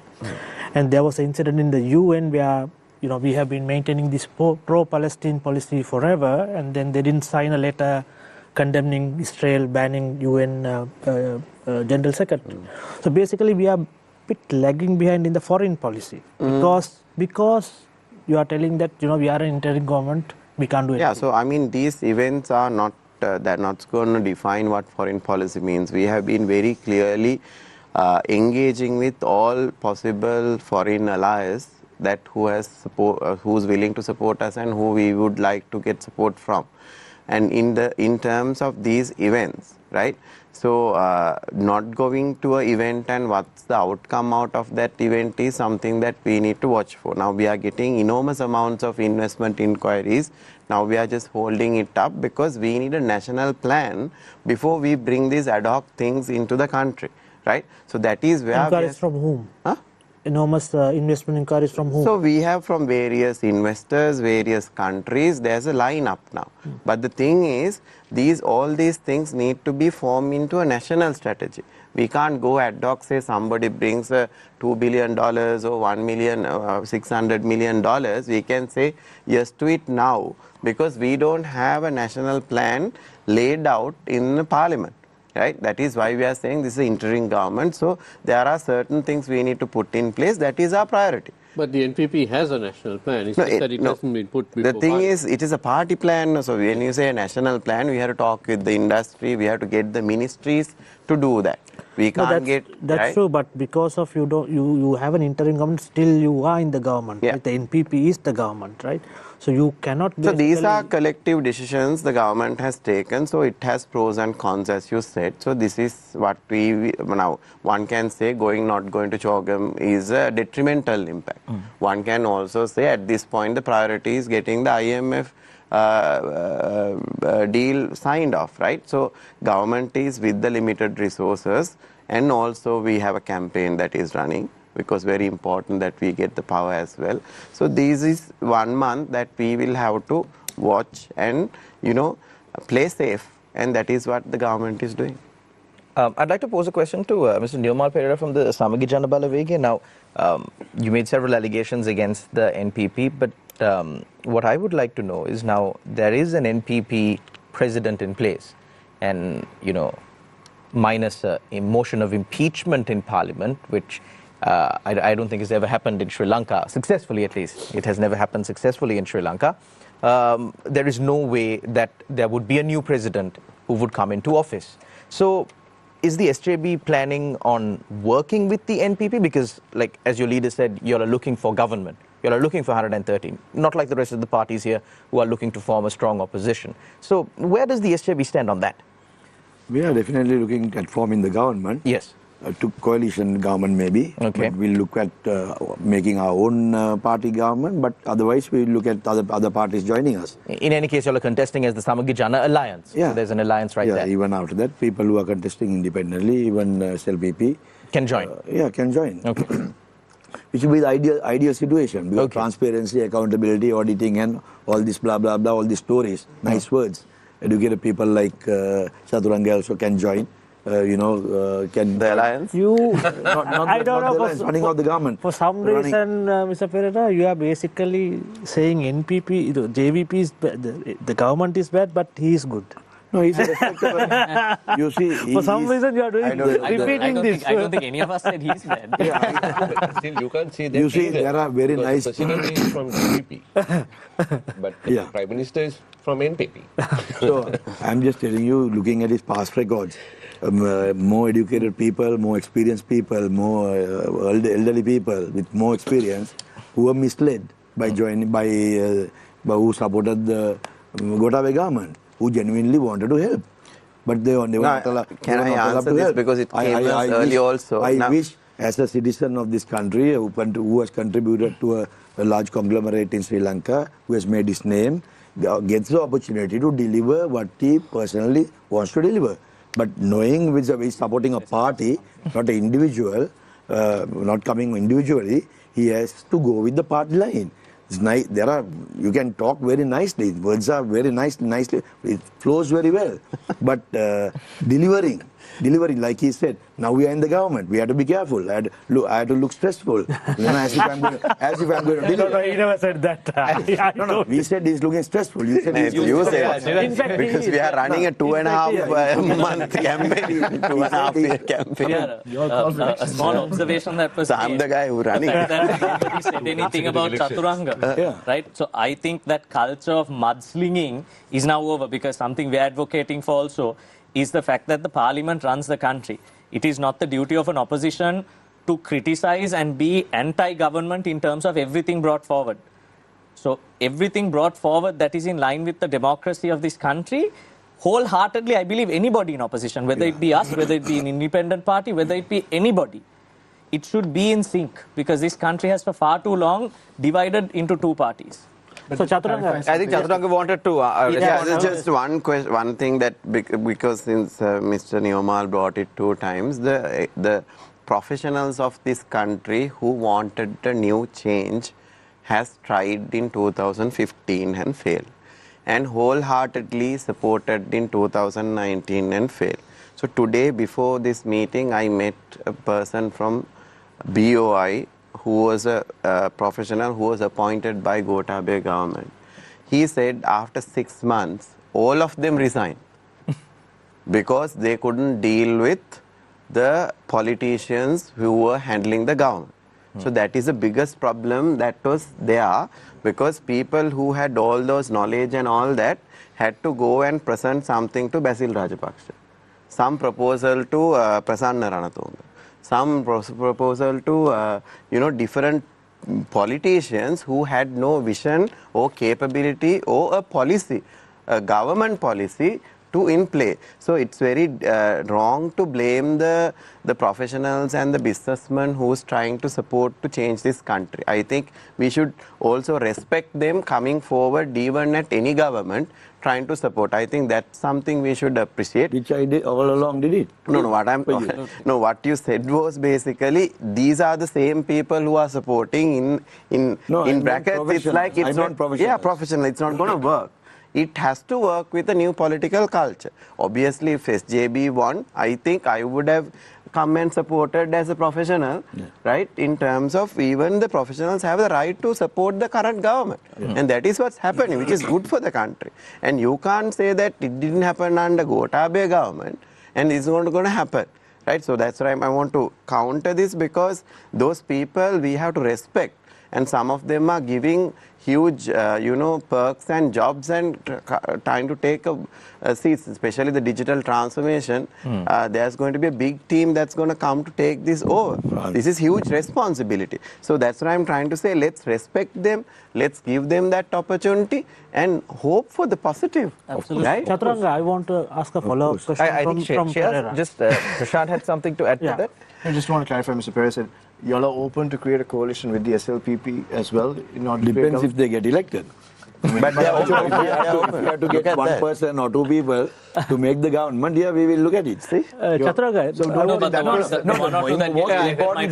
Most important thing is not Basil Rajapaksa, Gotabaya Rajapaksa, Mahinda Rajapaksa, anybody. It will depends on the name. And also, we are happy to work with AKD, present president, because he is from another party. He has promised anti-corruption. Right now, we are not being part of the government. We have never run the government. We have had problems with running with the former president, previous presidents, Yapalane. I was not the part of that, but still they didn't deliver. So it's a party system, political culture that made us forcefully change. And people defeated the corrupt politicians. You can look at most of the names that lost from the UNFF. They are not contesting. Yeah, they know that they will not be able to get re-elected. So let's not part about it. No government did it. It's the people who chased them away by not voting. They spent billions and millions of rupees to get re-elected. Money could not buy votes like the last 2020 election. So similarly, we are our leaders genuinely trying our best to make sure that this country, there is no other place to fall. We are already bankrupt. The way things are going, the way things are managed today, we will go down further. I am guaranteeing you, coconut industry next 3 months will not be able to manufacture what we manufacture. Do you know why? Shortage of coconuts. So did this government do anything about it? This government has not done anything about it. So the coconut production in Sri Lanka for the last 1 year was derailed by two things. One is about the rain, which didn't come on the right place, and also there was an issue with the, some insects, right? So the entire production has gone down. Not only coconut, the rubber production as well as the tea production has gone down over the last 2 years. So it will take time to get the production up. So I am saying, while you are saying we are happy to support the positive side of it, we also need to understand this government didn't do anything about eggs. Because its price was controlled by a particular structure, and that is because to get the eggs prices down, coconut prices down, you have to support the production, and it has to come through another cycle of 6 months or 12 months. So what I'm trying to say is you can't interpret the government's behavior through the production that yielded for the first 8 months. And what's going to come out. What I'm trying to say is, don't bring that example to define what the government should be doing within 20 days. You can't grow a coconut tree, no? No, I'm not. You're not. I'm telling you, coconut market can be controlled by the actions you decide today and you implement and you make public. That can bring the market down. I'm telling you. You don't have the capacity to do that. Market motivation. Exactly. So there are officers who told beginning of this year, you were rightly telling about the insects, and also main thing was fertilizer for the last 3-4 years. Prices, production didn't increase. Rains came, but of course the heat wave in this country, El Nino, whatever affected all the agriculture sector. But that's not the only reason. We manufactured certain amount. Compared to last year, we manufactured more than last year, all the products. And also, it is not the officers that have been making issues are people who are just blindly making representations and giving statistics to the international market about our capacity. Coconuts fall, every bunch is there. There are 13 bunches in the tree. So over the period of 12 months, you get these 13 bunches. But the officers make statements and tell the international community they consider the CCB, CRI, CDA, the statements which are made by those institutions are doing so much of damage to any industry. So this was done last 2 weeks? No, last year. So due to that fact, no, this year. Okay. That's what I'm trying to understand. I'm trying to tell you the officers, the thing is, Mr. Neomal, you need time to structure, put new people in place and put our agricultural policy into play. No, that is not going to take, like you said, you bring one by one, we will support the presidential system. You bring, we have been discussing, your president has been with me from 2000 in parliament. I think he entered in 2000 like me. And he has gone to all the meetings where constitutional changes were necessary to be made. He knows why it was delayed, which was included to make people not vote for it. Bring one by one. We are prepared to. That's what I'm saying. So if you bring collectively, go to every village, look at their systems, get people involved. People have already got involved. people voted today to NPP not because of their cleanliness, because they thought because they had no food to eat. They had no, because of This corruption. is a disgrace. So just to clarify, Mr. Perera, are you saying that this constitutional change needs to be, put forward in pieces rather than? Yeah, if you bring to remove abolition of presidency, if you bring only that, then 100% we are there to vote for it. He says he can't vote for it. I mean, he says you can't do that with that. So there are certain powers that lies with that. So you bring that executive president power to as an executive prime minister's power. But you're saying that executive cabinet. You're saying holding consultations with the village level, the people. No, that's what he said he's going to do for the next 3-4 years. So forming the constitution that had already been done. That has already been done. There are terms of reference. Yes. From time to time, you need various other changes. That doesn't mean. So Chathuranga, there were constitutional reform consultative processes that have already been done. Yes. Now, these were done under different governments, but they were done for the state of Sri Lanka. Yes. Yeah, but with the presence of AKD, the president. No. So that's why our manifesto clearly says we will fast track what was stopped in 2000. So this is something that the SJB took. The monk took that particular statement and took some proposals in 2017 which was signed off by Dr. Harini Amarasuriya and a team as proposals came from people, not Harini Amarasuriya's proposal or anybody. And that was the exact the item in our manifesto SJB took to attack us, saying that we are going to implement what was discussed during that period. So these people who are here listening this show will understand how these things are used. Before the election, they said NPP is going to use the constitutional reforms that was done in 2015 to 19. Now SJB is saying that NPP is not using that knowledge that was brought into table. I don't understand, right? Mr. Perera, I want to ask this, during that time. I want to ask this question because also one more thing, he said we didn't have a manifesto. They are the only people who had a manifesto. We definitely had a manifesto for the presidential election. No, I want to ask now, we have seen various contradictory statements coming from your own party members. What's happening with your party? I mean, can you ensure the unity in the party until at least the elections are over? I think more importantly after the elections.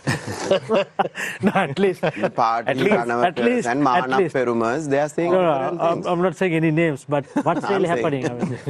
No, I mean, when you go for the election, when you go for nominations, if they bring various conditions, so if we can't include all the conditions and everything that they bring to the table. Before the general presidential election, it was a different situation.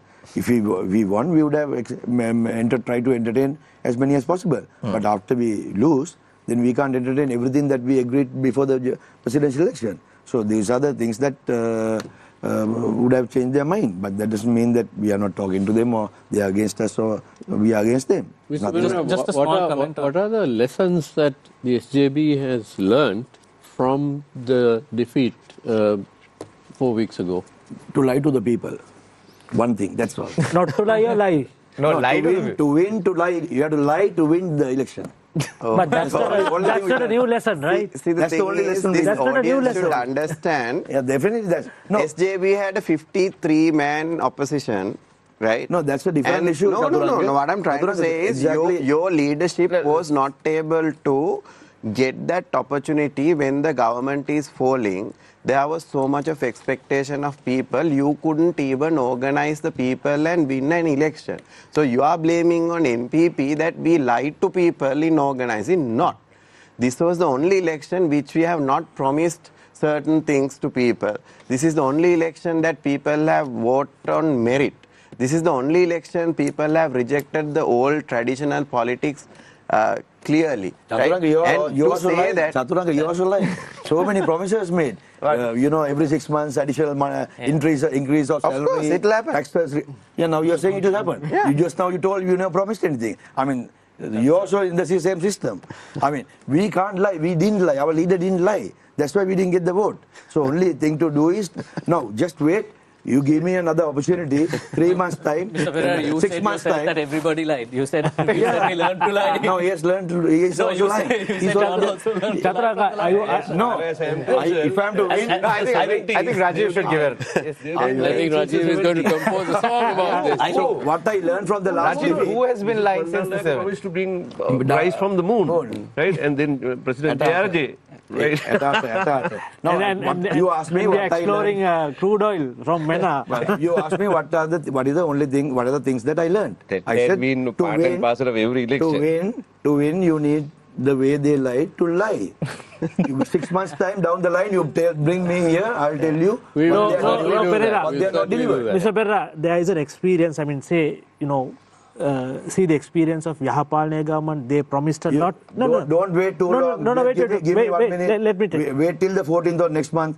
See whether they will get more than 42%. Wait. All the result is a different matter. What I'm saying is, youth have been hoodwinked. No, what they have I'm been saying promised is- moon No. and the whole universe. What I'm saying they will is- not get. They are if- now convinced if that they will not get it. If they cannot fulfill their promises, people will bring down, right? That happened to Yahapalne government. That happened to Gotabaya's government. That happened to Mahinda Rajapaksa's government. But Exactly. shortest possible time frame it will Possible. fall. That's No, possible. Shreyas, I just have to say, Mr. Perera, I don't think any of us should hope for the fall of any government because we are, like you said, we are all at rock bottom. We must seek to support whatever. Dimitri.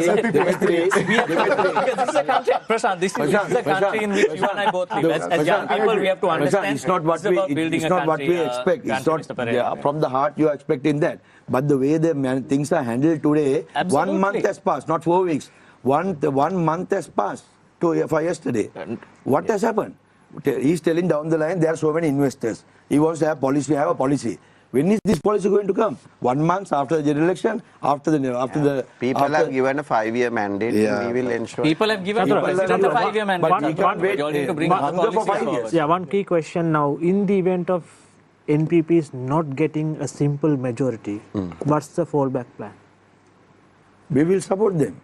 We will support them. For good things, we No, will I always think, be there. always be So supportive. for the moment, I think we are on the trajectory to get it, but this question has been answered earlier as well. So we would put the policy forward and we would invite individuals to be part of that journey. We But will- individuals, You are not the against- parties. against opposition. pursuer. So it will be done on a very selected basis. Right. Is it? Very selected basis. No, it's basically we will put the policies across, Yeah. and so we have to figure out the new members who are coming to support that particular change. We will invite them to change. It's not about you are buying over or anything. It's about the policy, and I think we won't have to go there. But obviously, if we have few things short, obviously we need to support the president too. So, and then that is having a super majority NPP in that government, we would look for support. Super majority or simple majority? No, when I say super majority in the sense now, if you are One- saying one, 105, so we Yeah, need yeah. 7 Simple more, majority, yeah. right? So we won't give that opportunity away. We would figure out a way that we will negotiate to figure out another 7 members. Sure, I think there's something we have to applaud Chathuranga on is the fact that he said, they're not looking to buy. Which indicates which indicates that it's policy driven, Mr. Perera. We have to understand the youth. No offense, but you all had your turns. We may be representing certain parties, and like Prashan just with his quick wit threw a joke at me. You have to understand we represent a generation that has faced all these stories long time ago. Has to decide. If you are representing a party, No. you can't decide individually. No. That is not. You're elected by the people. I mean, you're we not have been- answerable to a single. party. No, but we you're have not been answerable to a unfair single for Rajiv. I think You are we didn't ask representing any a party. question from him. person. Representing an alliance. Then go individually. Better to listen to everything. No, Rajiv, Absolutely. We've suffered a 30 long year. Yeah. war, Yeah. right? And also, why the NPP should be given the chance to rule is, we tried this with Chandrika Bandaranaike Kumaratunga and Ranil Wickremesinghe as President and Prime Minister. It didn't work. So for them to work out on their concepts, they should also be given a chance, where everyone else have been given a chance. That's how I think. At least a minimum of 6 months, at least 1 year, see how their behavior is. and then to criticize or whatever. But what about this argument that, we are at a critical juncture and we can't at any cost afford to test and try out and, do what you are saying right So haven't we tried before? But we are bankrupt today. Yeah, that is not because of the NPP. Not because of the NPP or SJB or UNP. Seriously. Right? And also, imagine we had two presidents during the good governance. Jahapananiya. The two presidents, Maithripala Sirisena and Mahinda Rajapaksa, the stances that they took, they appointed a different prime minister. So that means both those presidents who had ruled Sri Lanka as presidents didn't know their own constitution. Where do we stand? Actually, the amendment that he himself had passed. Exactly. Right? The 19th amendment. So we've come a long way. And then what happened was, then we went through COVID, then Aragalaya. And you know where tourism was. Right? We can argue here, but on a stamp or an egg or a coconut. But more than that, isn't the Arugambe, isn't it a grave concern? Tourism, we are heading towards the season. I mean, not only the NPP, we all suffer. In case it doesn't matter, because we rely on tourism mainly. Yeah. So, I mean, as citizens, we have a duty in our hands. We have to give them also the chance, but too much power or too much money is poison that kills a man or a government. I mean, every time we had 2/3 majority in the parliament, there's been disaster. Maybe 50 to 60. Since Rajiv brought back the topic of tourism and the importance of it, now it's important to develop the tourism sector and also ensure that Sri Lanka gets something out of the tourist sector. Now, I don't know how much Chathuranga, you'll be able to comment on this because, of course, we haven't informed you about this question in advance. But now the incident in Arugambe is at least reported on social media platforms and on mass media. The core issue being several foreign nationals running businesses in the area without any advantage or money being neither transferred to Sri Lanka or even not to the government or even to the general population there. Yeah. So now, as much as the government is aware of the threat of this attack or whatever incident that was supposed to transpire in Arugambe, is the government also aware of this situation? Yeah. And are steps being taken? So basically this was something we identified during our policy creation for tourism. Okay. So there has been even, barber shops, food outlets, running three wheels, now done by foreigners, right? If running three wheels also? Yeah. They have three-wheel companies. They are hiring three wheels. Because they set up businesses, right? Okay. And with tourist visa. Okay. Right? Okay. And there is some extended stay visa which the minister has signed off. So these are the previous governments, right? So these establishments has to get regulated. And when we looked at how they do it, they actually don't have anything. So they get a local guy, the house, right? And that person to go as the business registration. Okay. And the foreigner comes as a partner. Okay. And there is no record of him. So he is the one who's booking the tourists to that particular restaurant and getting the money in their country. None of the cash comes here. So we don't get any dollars here? No, we don't. So how is the local businessman, when he turns in his accounts, it shows nil? So he would be paid 50,000 or 60,000 to ensure that he gives a name and the land. Right? No. I'm saying when it's registered as a sole proprietorship, something like that, probably. So there are two things, right? One is that whether those businesses' accounts are properly done. The other one is whether these individuals have the right to stay beyond the particular period of stay. So these are all. And if they can engage in business so while being on a this is illegal, no? So in that sense, it is illegal. So this is some great concern that we have identified during the policy stage, and this will get addressed. There is already a lot of people who cannot renew because the minister is no more there. Now they have to go to Vijayadhara. It's not going to happen, right? So obviously this problem will ease out because the tourism sector has raised this with us for many a times, and this will get addressed. So Arugambe, I'm not exactly sure is the particular case, but it has been long stays. Obviously, when another country's citizen stays long in a particular country, obviously they bring the entire risk down to our country. So I think these will get streamlined for sure, especially on the visa issue. Shalan, just Chathuranga, you said that there is no money exchanged here. I'm actually just asking a question. How does the operating capital work for these businesses? Are you all aware of that? So what we studied, there are two things, right? So there are certain people who bring a small amount of money and start the small business there. Because now if you have to run a business, you have to register as a business. Sometimes it has to come on the BOI or something like that. Right. And the other piece is that they use a local agent. And for example, you have a hotel here, actually a house, right? You hire it from a local agent, you register in the Pradesh Sabha, you get the booking to Europe. They just come and stay here. So there is no payment to this particular house. So it's very difficult to track this out, but then because you're not tracking the accounts of the tourists. Of the tourists, because tourist comes and stays and no circulation of money. There's no money trail.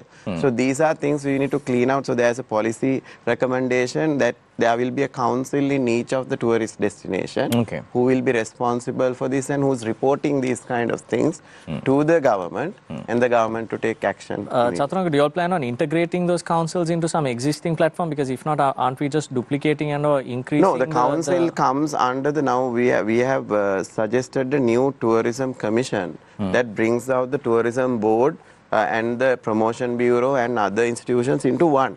And under that, each of these areas will be termed as economic zones for tourism. And that economic zone, there will be a council representative of SMEs, representative of big hotel chains and the suppliers and community into a particular council who will guide the growth of that area. Say if it's Allah, they will be the ones who would understand the needs and the wants of that area and propose to the administration what needs to happen. There needs to be some roads renovated, stuff like that. Chathuranga, isn't it easier to integrate that into the existing framework of the district secretariat? No, the district secretariat and the divisional secretariats, because increasing these number of commissions and putting up, so we've looked at it. So I think let's discuss this. This is at the policy level, but we felt it's the best way because now the tourism is disintegrated. You have the center, you have the provincial council also responsible, and actually nobody is responsible for the zone. So if you take Habarana, nobody is taking care of Habarana.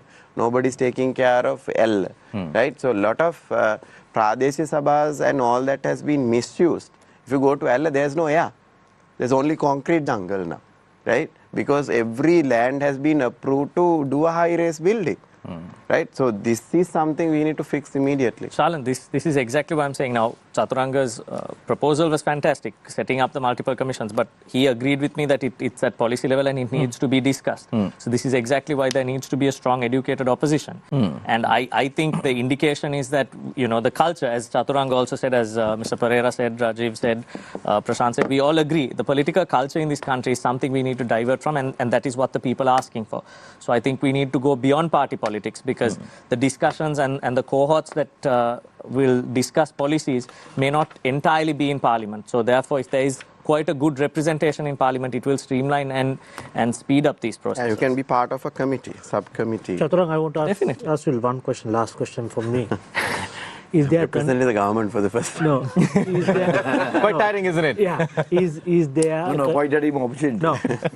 No. Is there a conflict between NPP and JVP? No. Thank you. Why? I'll tell you why. Because JVP has evolved over a period of time and decided that we need to become a bigger platform in order to make this change. And the policies that been agreed upon is including of all these members. Right? So whatever we have put forward, whether you are a JVP member, whether you are a non-JVP member, or whether you are a part of the alliance as an individual, we are all going to stick with what we have put forward. So there is no conflict of interest. Can I ask that question in another way? Yeah. The old JVP of 40 years ago, does it still exist? As a structure, it does exist because the core values, fight for truth and justice, fight for equity, that core values and the system, how it runs as a volunteer organization, those things exist.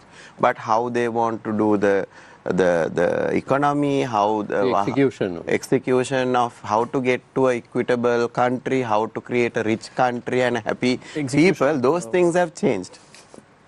Execution of what? What were you referring to, Niresh? Of the plans that he was talking about. The execution of the plans. Not of a person. All right, I think we've had quite a productive discussion, but you know, time is not on our side today because we've come to the end of the program, and it's now time for closing statements.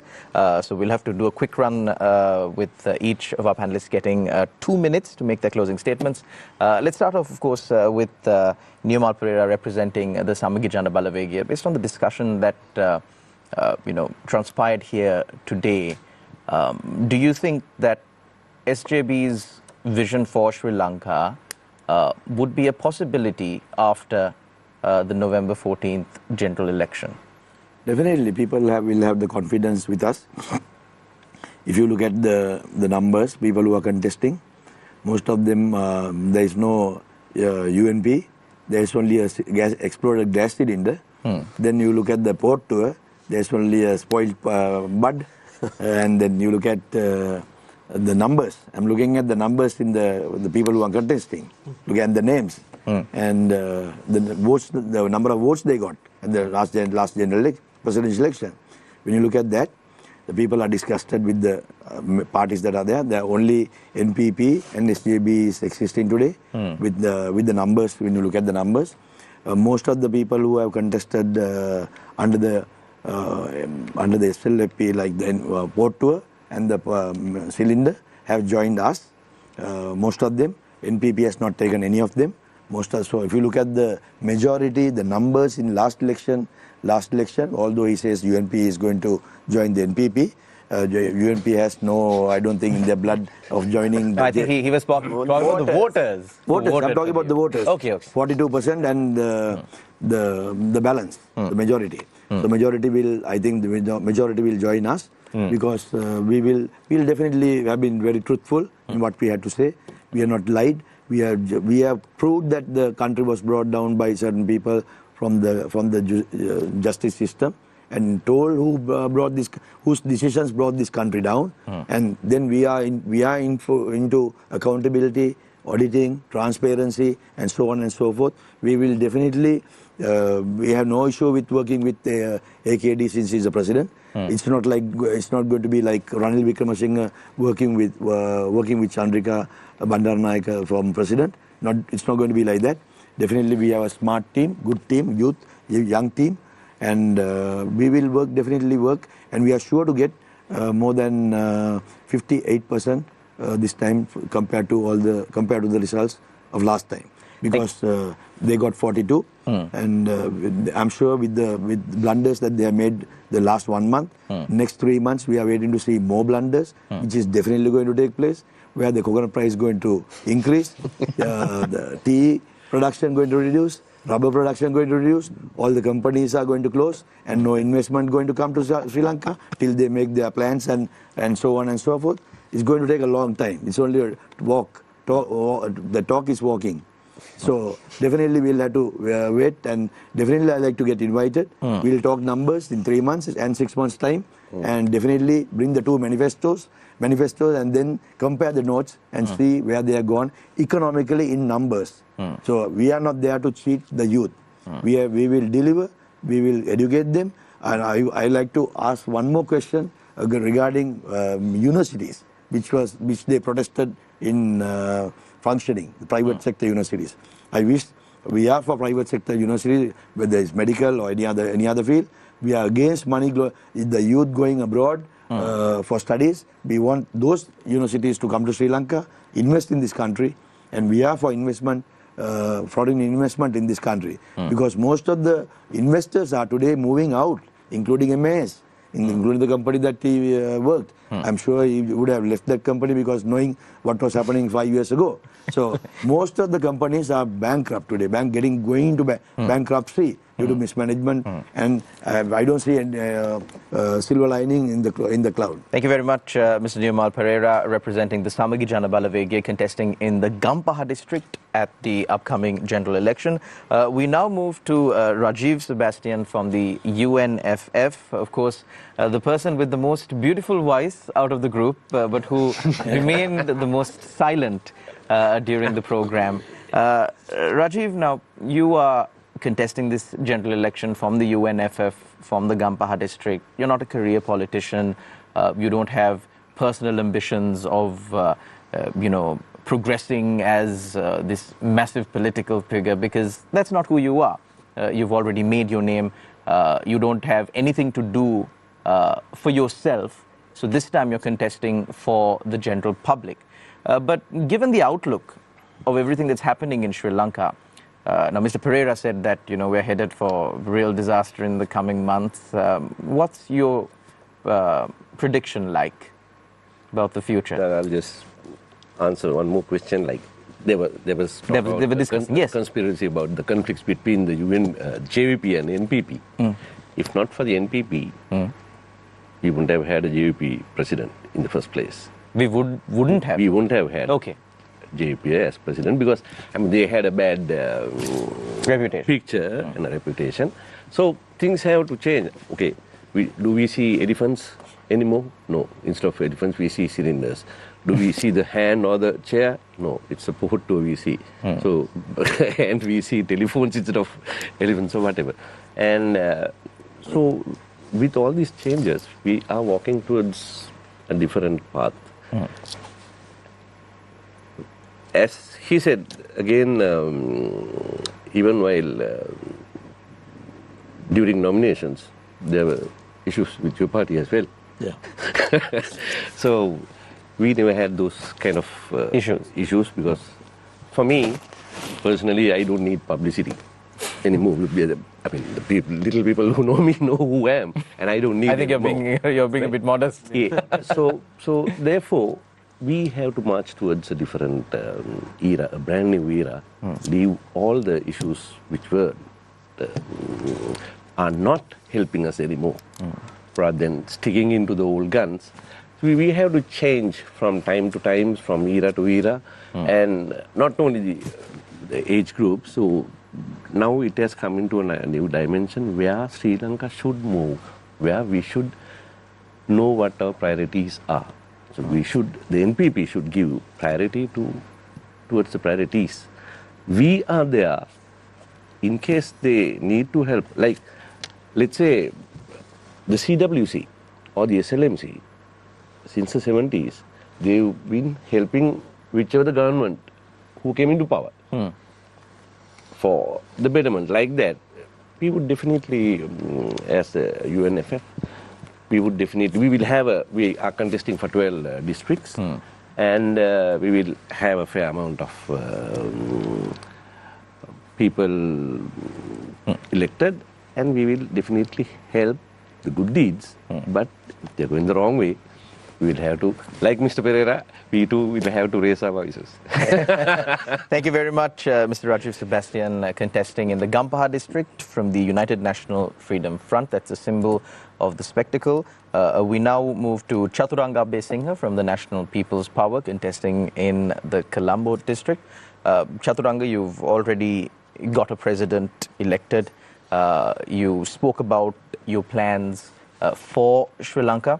I think one of the concerns that have been raised time and time again by Shreyas and also Nadeem, who was on previous programs, is the lack of a time frame for the implementation of these programs that you have proposed. And judging by the experiences of the general public, they have seen so many governments coming with policies and promises and then, that dissolving.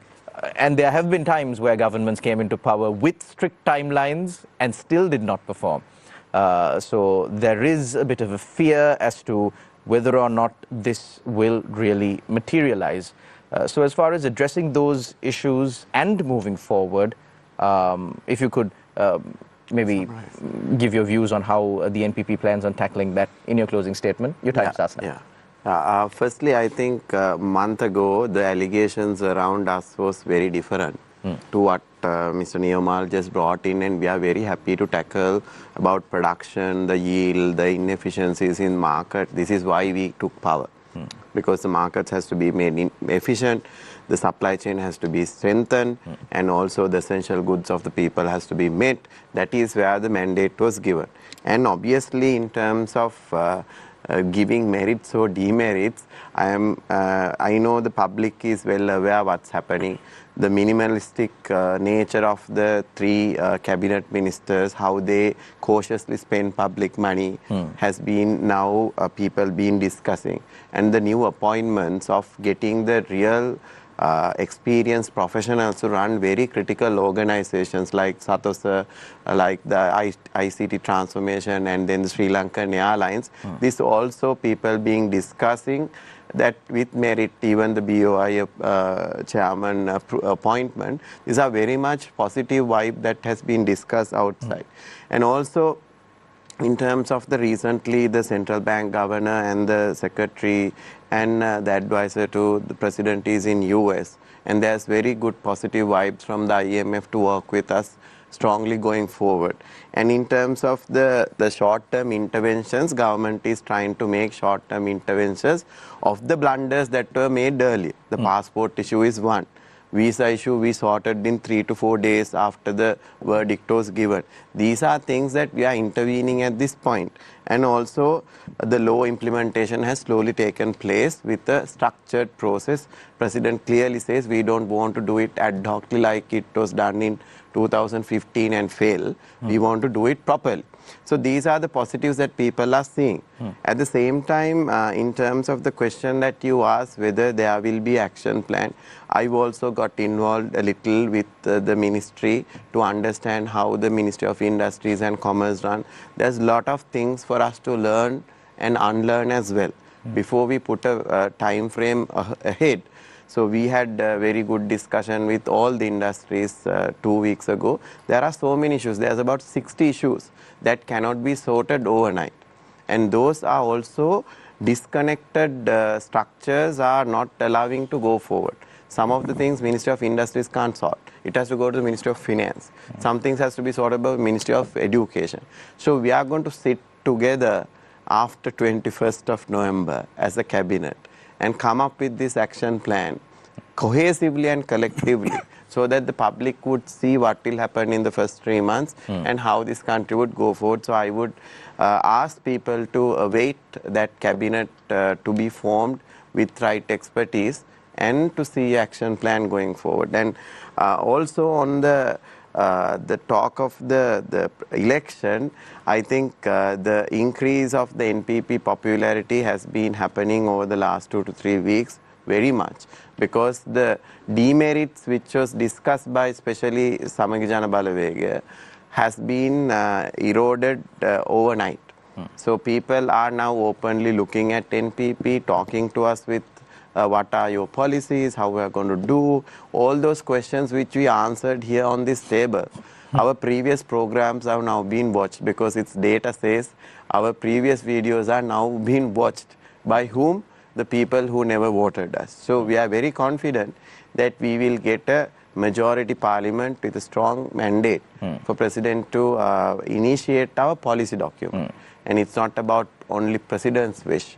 And at the same time, policies that we created as NPP are party policies. But we want the public and the industry and consultative approach to make them national policies. So that is what we are going to do. And we thank and we still want people to talk to us more and learn more about National People's Power. Thank you very much, Chathuranga Abeysinghe, contesting from the National People's Power in the Colombo district. We now move our attention to Prashan De Visser from the National Development Front, contesting in the Gampaha district under the symbol of the King Coconut. New political party, it's an uphill battle. But judging by how Sri Lanka is progressing right now, if you do get elected into Parliament as a result of your hard work and, of course, the support of the general public, what would be your priorities? First of all, thank you for this opportunity. I think this is another change of the political culture. It's important to have new parties and new faces also have an opportunity to speak. We are in an uphill battle. We could have chosen an easier path, but it was not about personal ambition.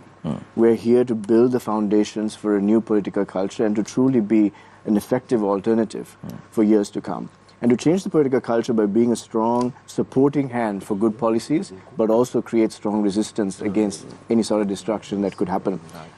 For those of you who are in Gampa, I want you to consider supporting and investing in a new political culture.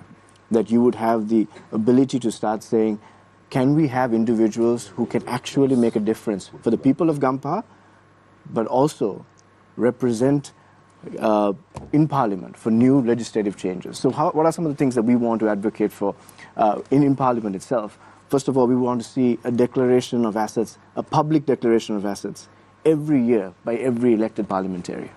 Because there have been parliamentarians who have come with no assets to become multi-millionaires because they've gone without any sort of declaration. In fact, we wish every party would take this stance to push for that transparency, to ensure that there is no more corruption in the very leadership of those who govern this country. Second, we'd like to see public campaign finance. Even for this presidential election, it took 21 days plus for everyone to come and share what they spent. And even now to audit it and see what's going on, there are a lot of question marks on how this is done. Why can't every party show their campaign finance and their party's finances publicly every quarter? Share it, be transparent. We want to do that, we're already doing it. And at the same time, we can't have moments for trial and error right now. You can't be blind by party loyalty to say, let's just appoint somebody who's our guy. Because you need to ask who's the more capable person to represent you in Parliament right now. To ask the right questions, to start ensuring that there's justice for all, to ensure that we're not just messing around here. I think it's very concerning sometimes, we have these investors waiting. We can't. It's a competitive international market. So how do we have people who can help government to say, hey, we need to get the right investors in. We need to streamline. We're competing against the rest of the world. And so to have people of competence and character and who have compassion for the people as well, so that they will have that heart to serve, but also the intelligence and the competence to deliver. And at the same time, it's not just by representing in Parliament for legislation, but to represent your people. I don't hear many people talking about how they're going to serve their community. People don't, because we don't have that representative system anymore. You just go in, get as much preferential votes as you can, harvest it from across the district, but you're not accountable to anybody, you're not serving anybody, you're just using them. But we have a clear strategy on what we will do for Gampa, for the children who are malnourished, under the age of 5. It's one of the highest rates in the whole country is in Gampa. For the issues of flooding and how people are suffering in the midst of that. Every year, 3 times a year, they're flooded and they're living in absolute squalor. None of the parties have talked about a clear strategy, or no one who's represented Gampa has talked about a clear strategy. When we talked about issues of the economy, we're creating daycare centers for mothers to keep their children in places because so many mothers can't afford to work anymore because they have to take care of their children, but can't afford to not work because the economy is hurting. There are key issues that are fundamental to the lifestyle of people that are not being addressed by these parliamentarians. So we want you to give us an opportunity. Help us build a foundation. We're only running in 4 key districts, in Hambantota, Puttalam, Gampa, and in Trincomalee. And for those who are listening from these regions, give us an opportunity. We will serve, we will be transparent, we will deliver. We're people who have delivered. Go read about what we have done, locally and internationally, how we can bring in investments, how we can transform the economy from the bottom up. We are about results and not about soaring rhetoric and not about accusing one or the other. We will be a strength for positive change, and we will be a strong force against anything that is destructive. So consider the National Development Front. Thank you very much, Prashan De Visser from the National Development Front. Finally, we come to Dimitra Abeysekara from the Sri Lanka Podujana Peramuna, contesting in the Colombo district. Dimitra, you said that the SLPP is looking for a spot in the opposition, a strong opposition, but people in Sri Lanka don't usually like to be on the losing side. Nobody thinks to themselves, well, I am going to vote for a party in the opposition this time. So how is that going to factor in your election campaign and how you plan on wooing the voters, which is one of the major priorities for all political parties? If you could maybe share some of your views in your closing statements. Your time starts now. I think one of the main things that we need to see in Sri Lanka is a change in this political culture, and we need to see a change in people voting for a party and more so for a person and an individual. The honesty, and as Prashan said, as Chathuranga said, and as Mr. Perera from the SJB quite rightly pointed out, and Mr. Sebastian backed that up, is the fact that we need to see independence in Parliament. We need to see new faces in Parliament, and we need to see honesty in Parliament. But just, if I may be permitted, Dimitra, to intervene on that now.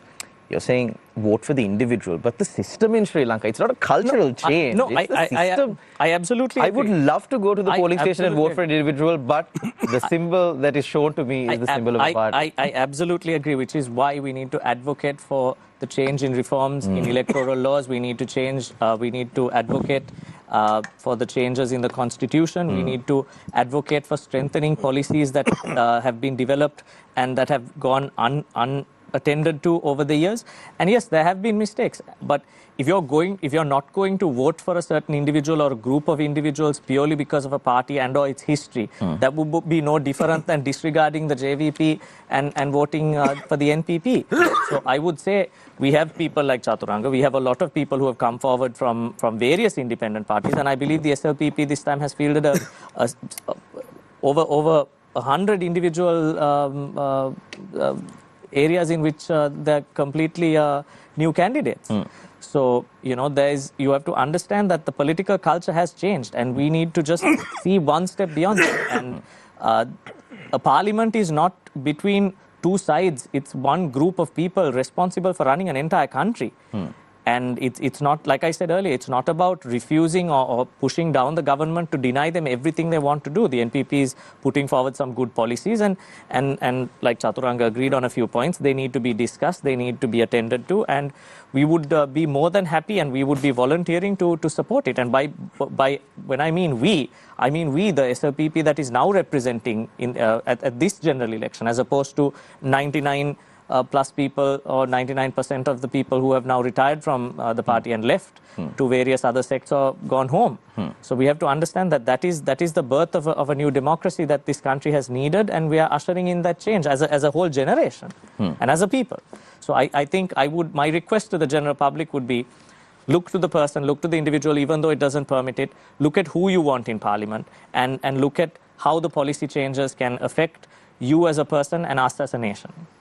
Thank you very much, Dimitra Abeysekara, contesting for the SLPP in the Colombo district. Thank you very much to all our panelists for taking time off your busy schedules and joining us on Face the Nation. Thank you very much to our journalists, Niresh Aliyathambi and Shihar Aniz, for asking all the right questions. Thank you very much to our viewers out there for tuning in to another episode of Face the Nation on the 14th of November.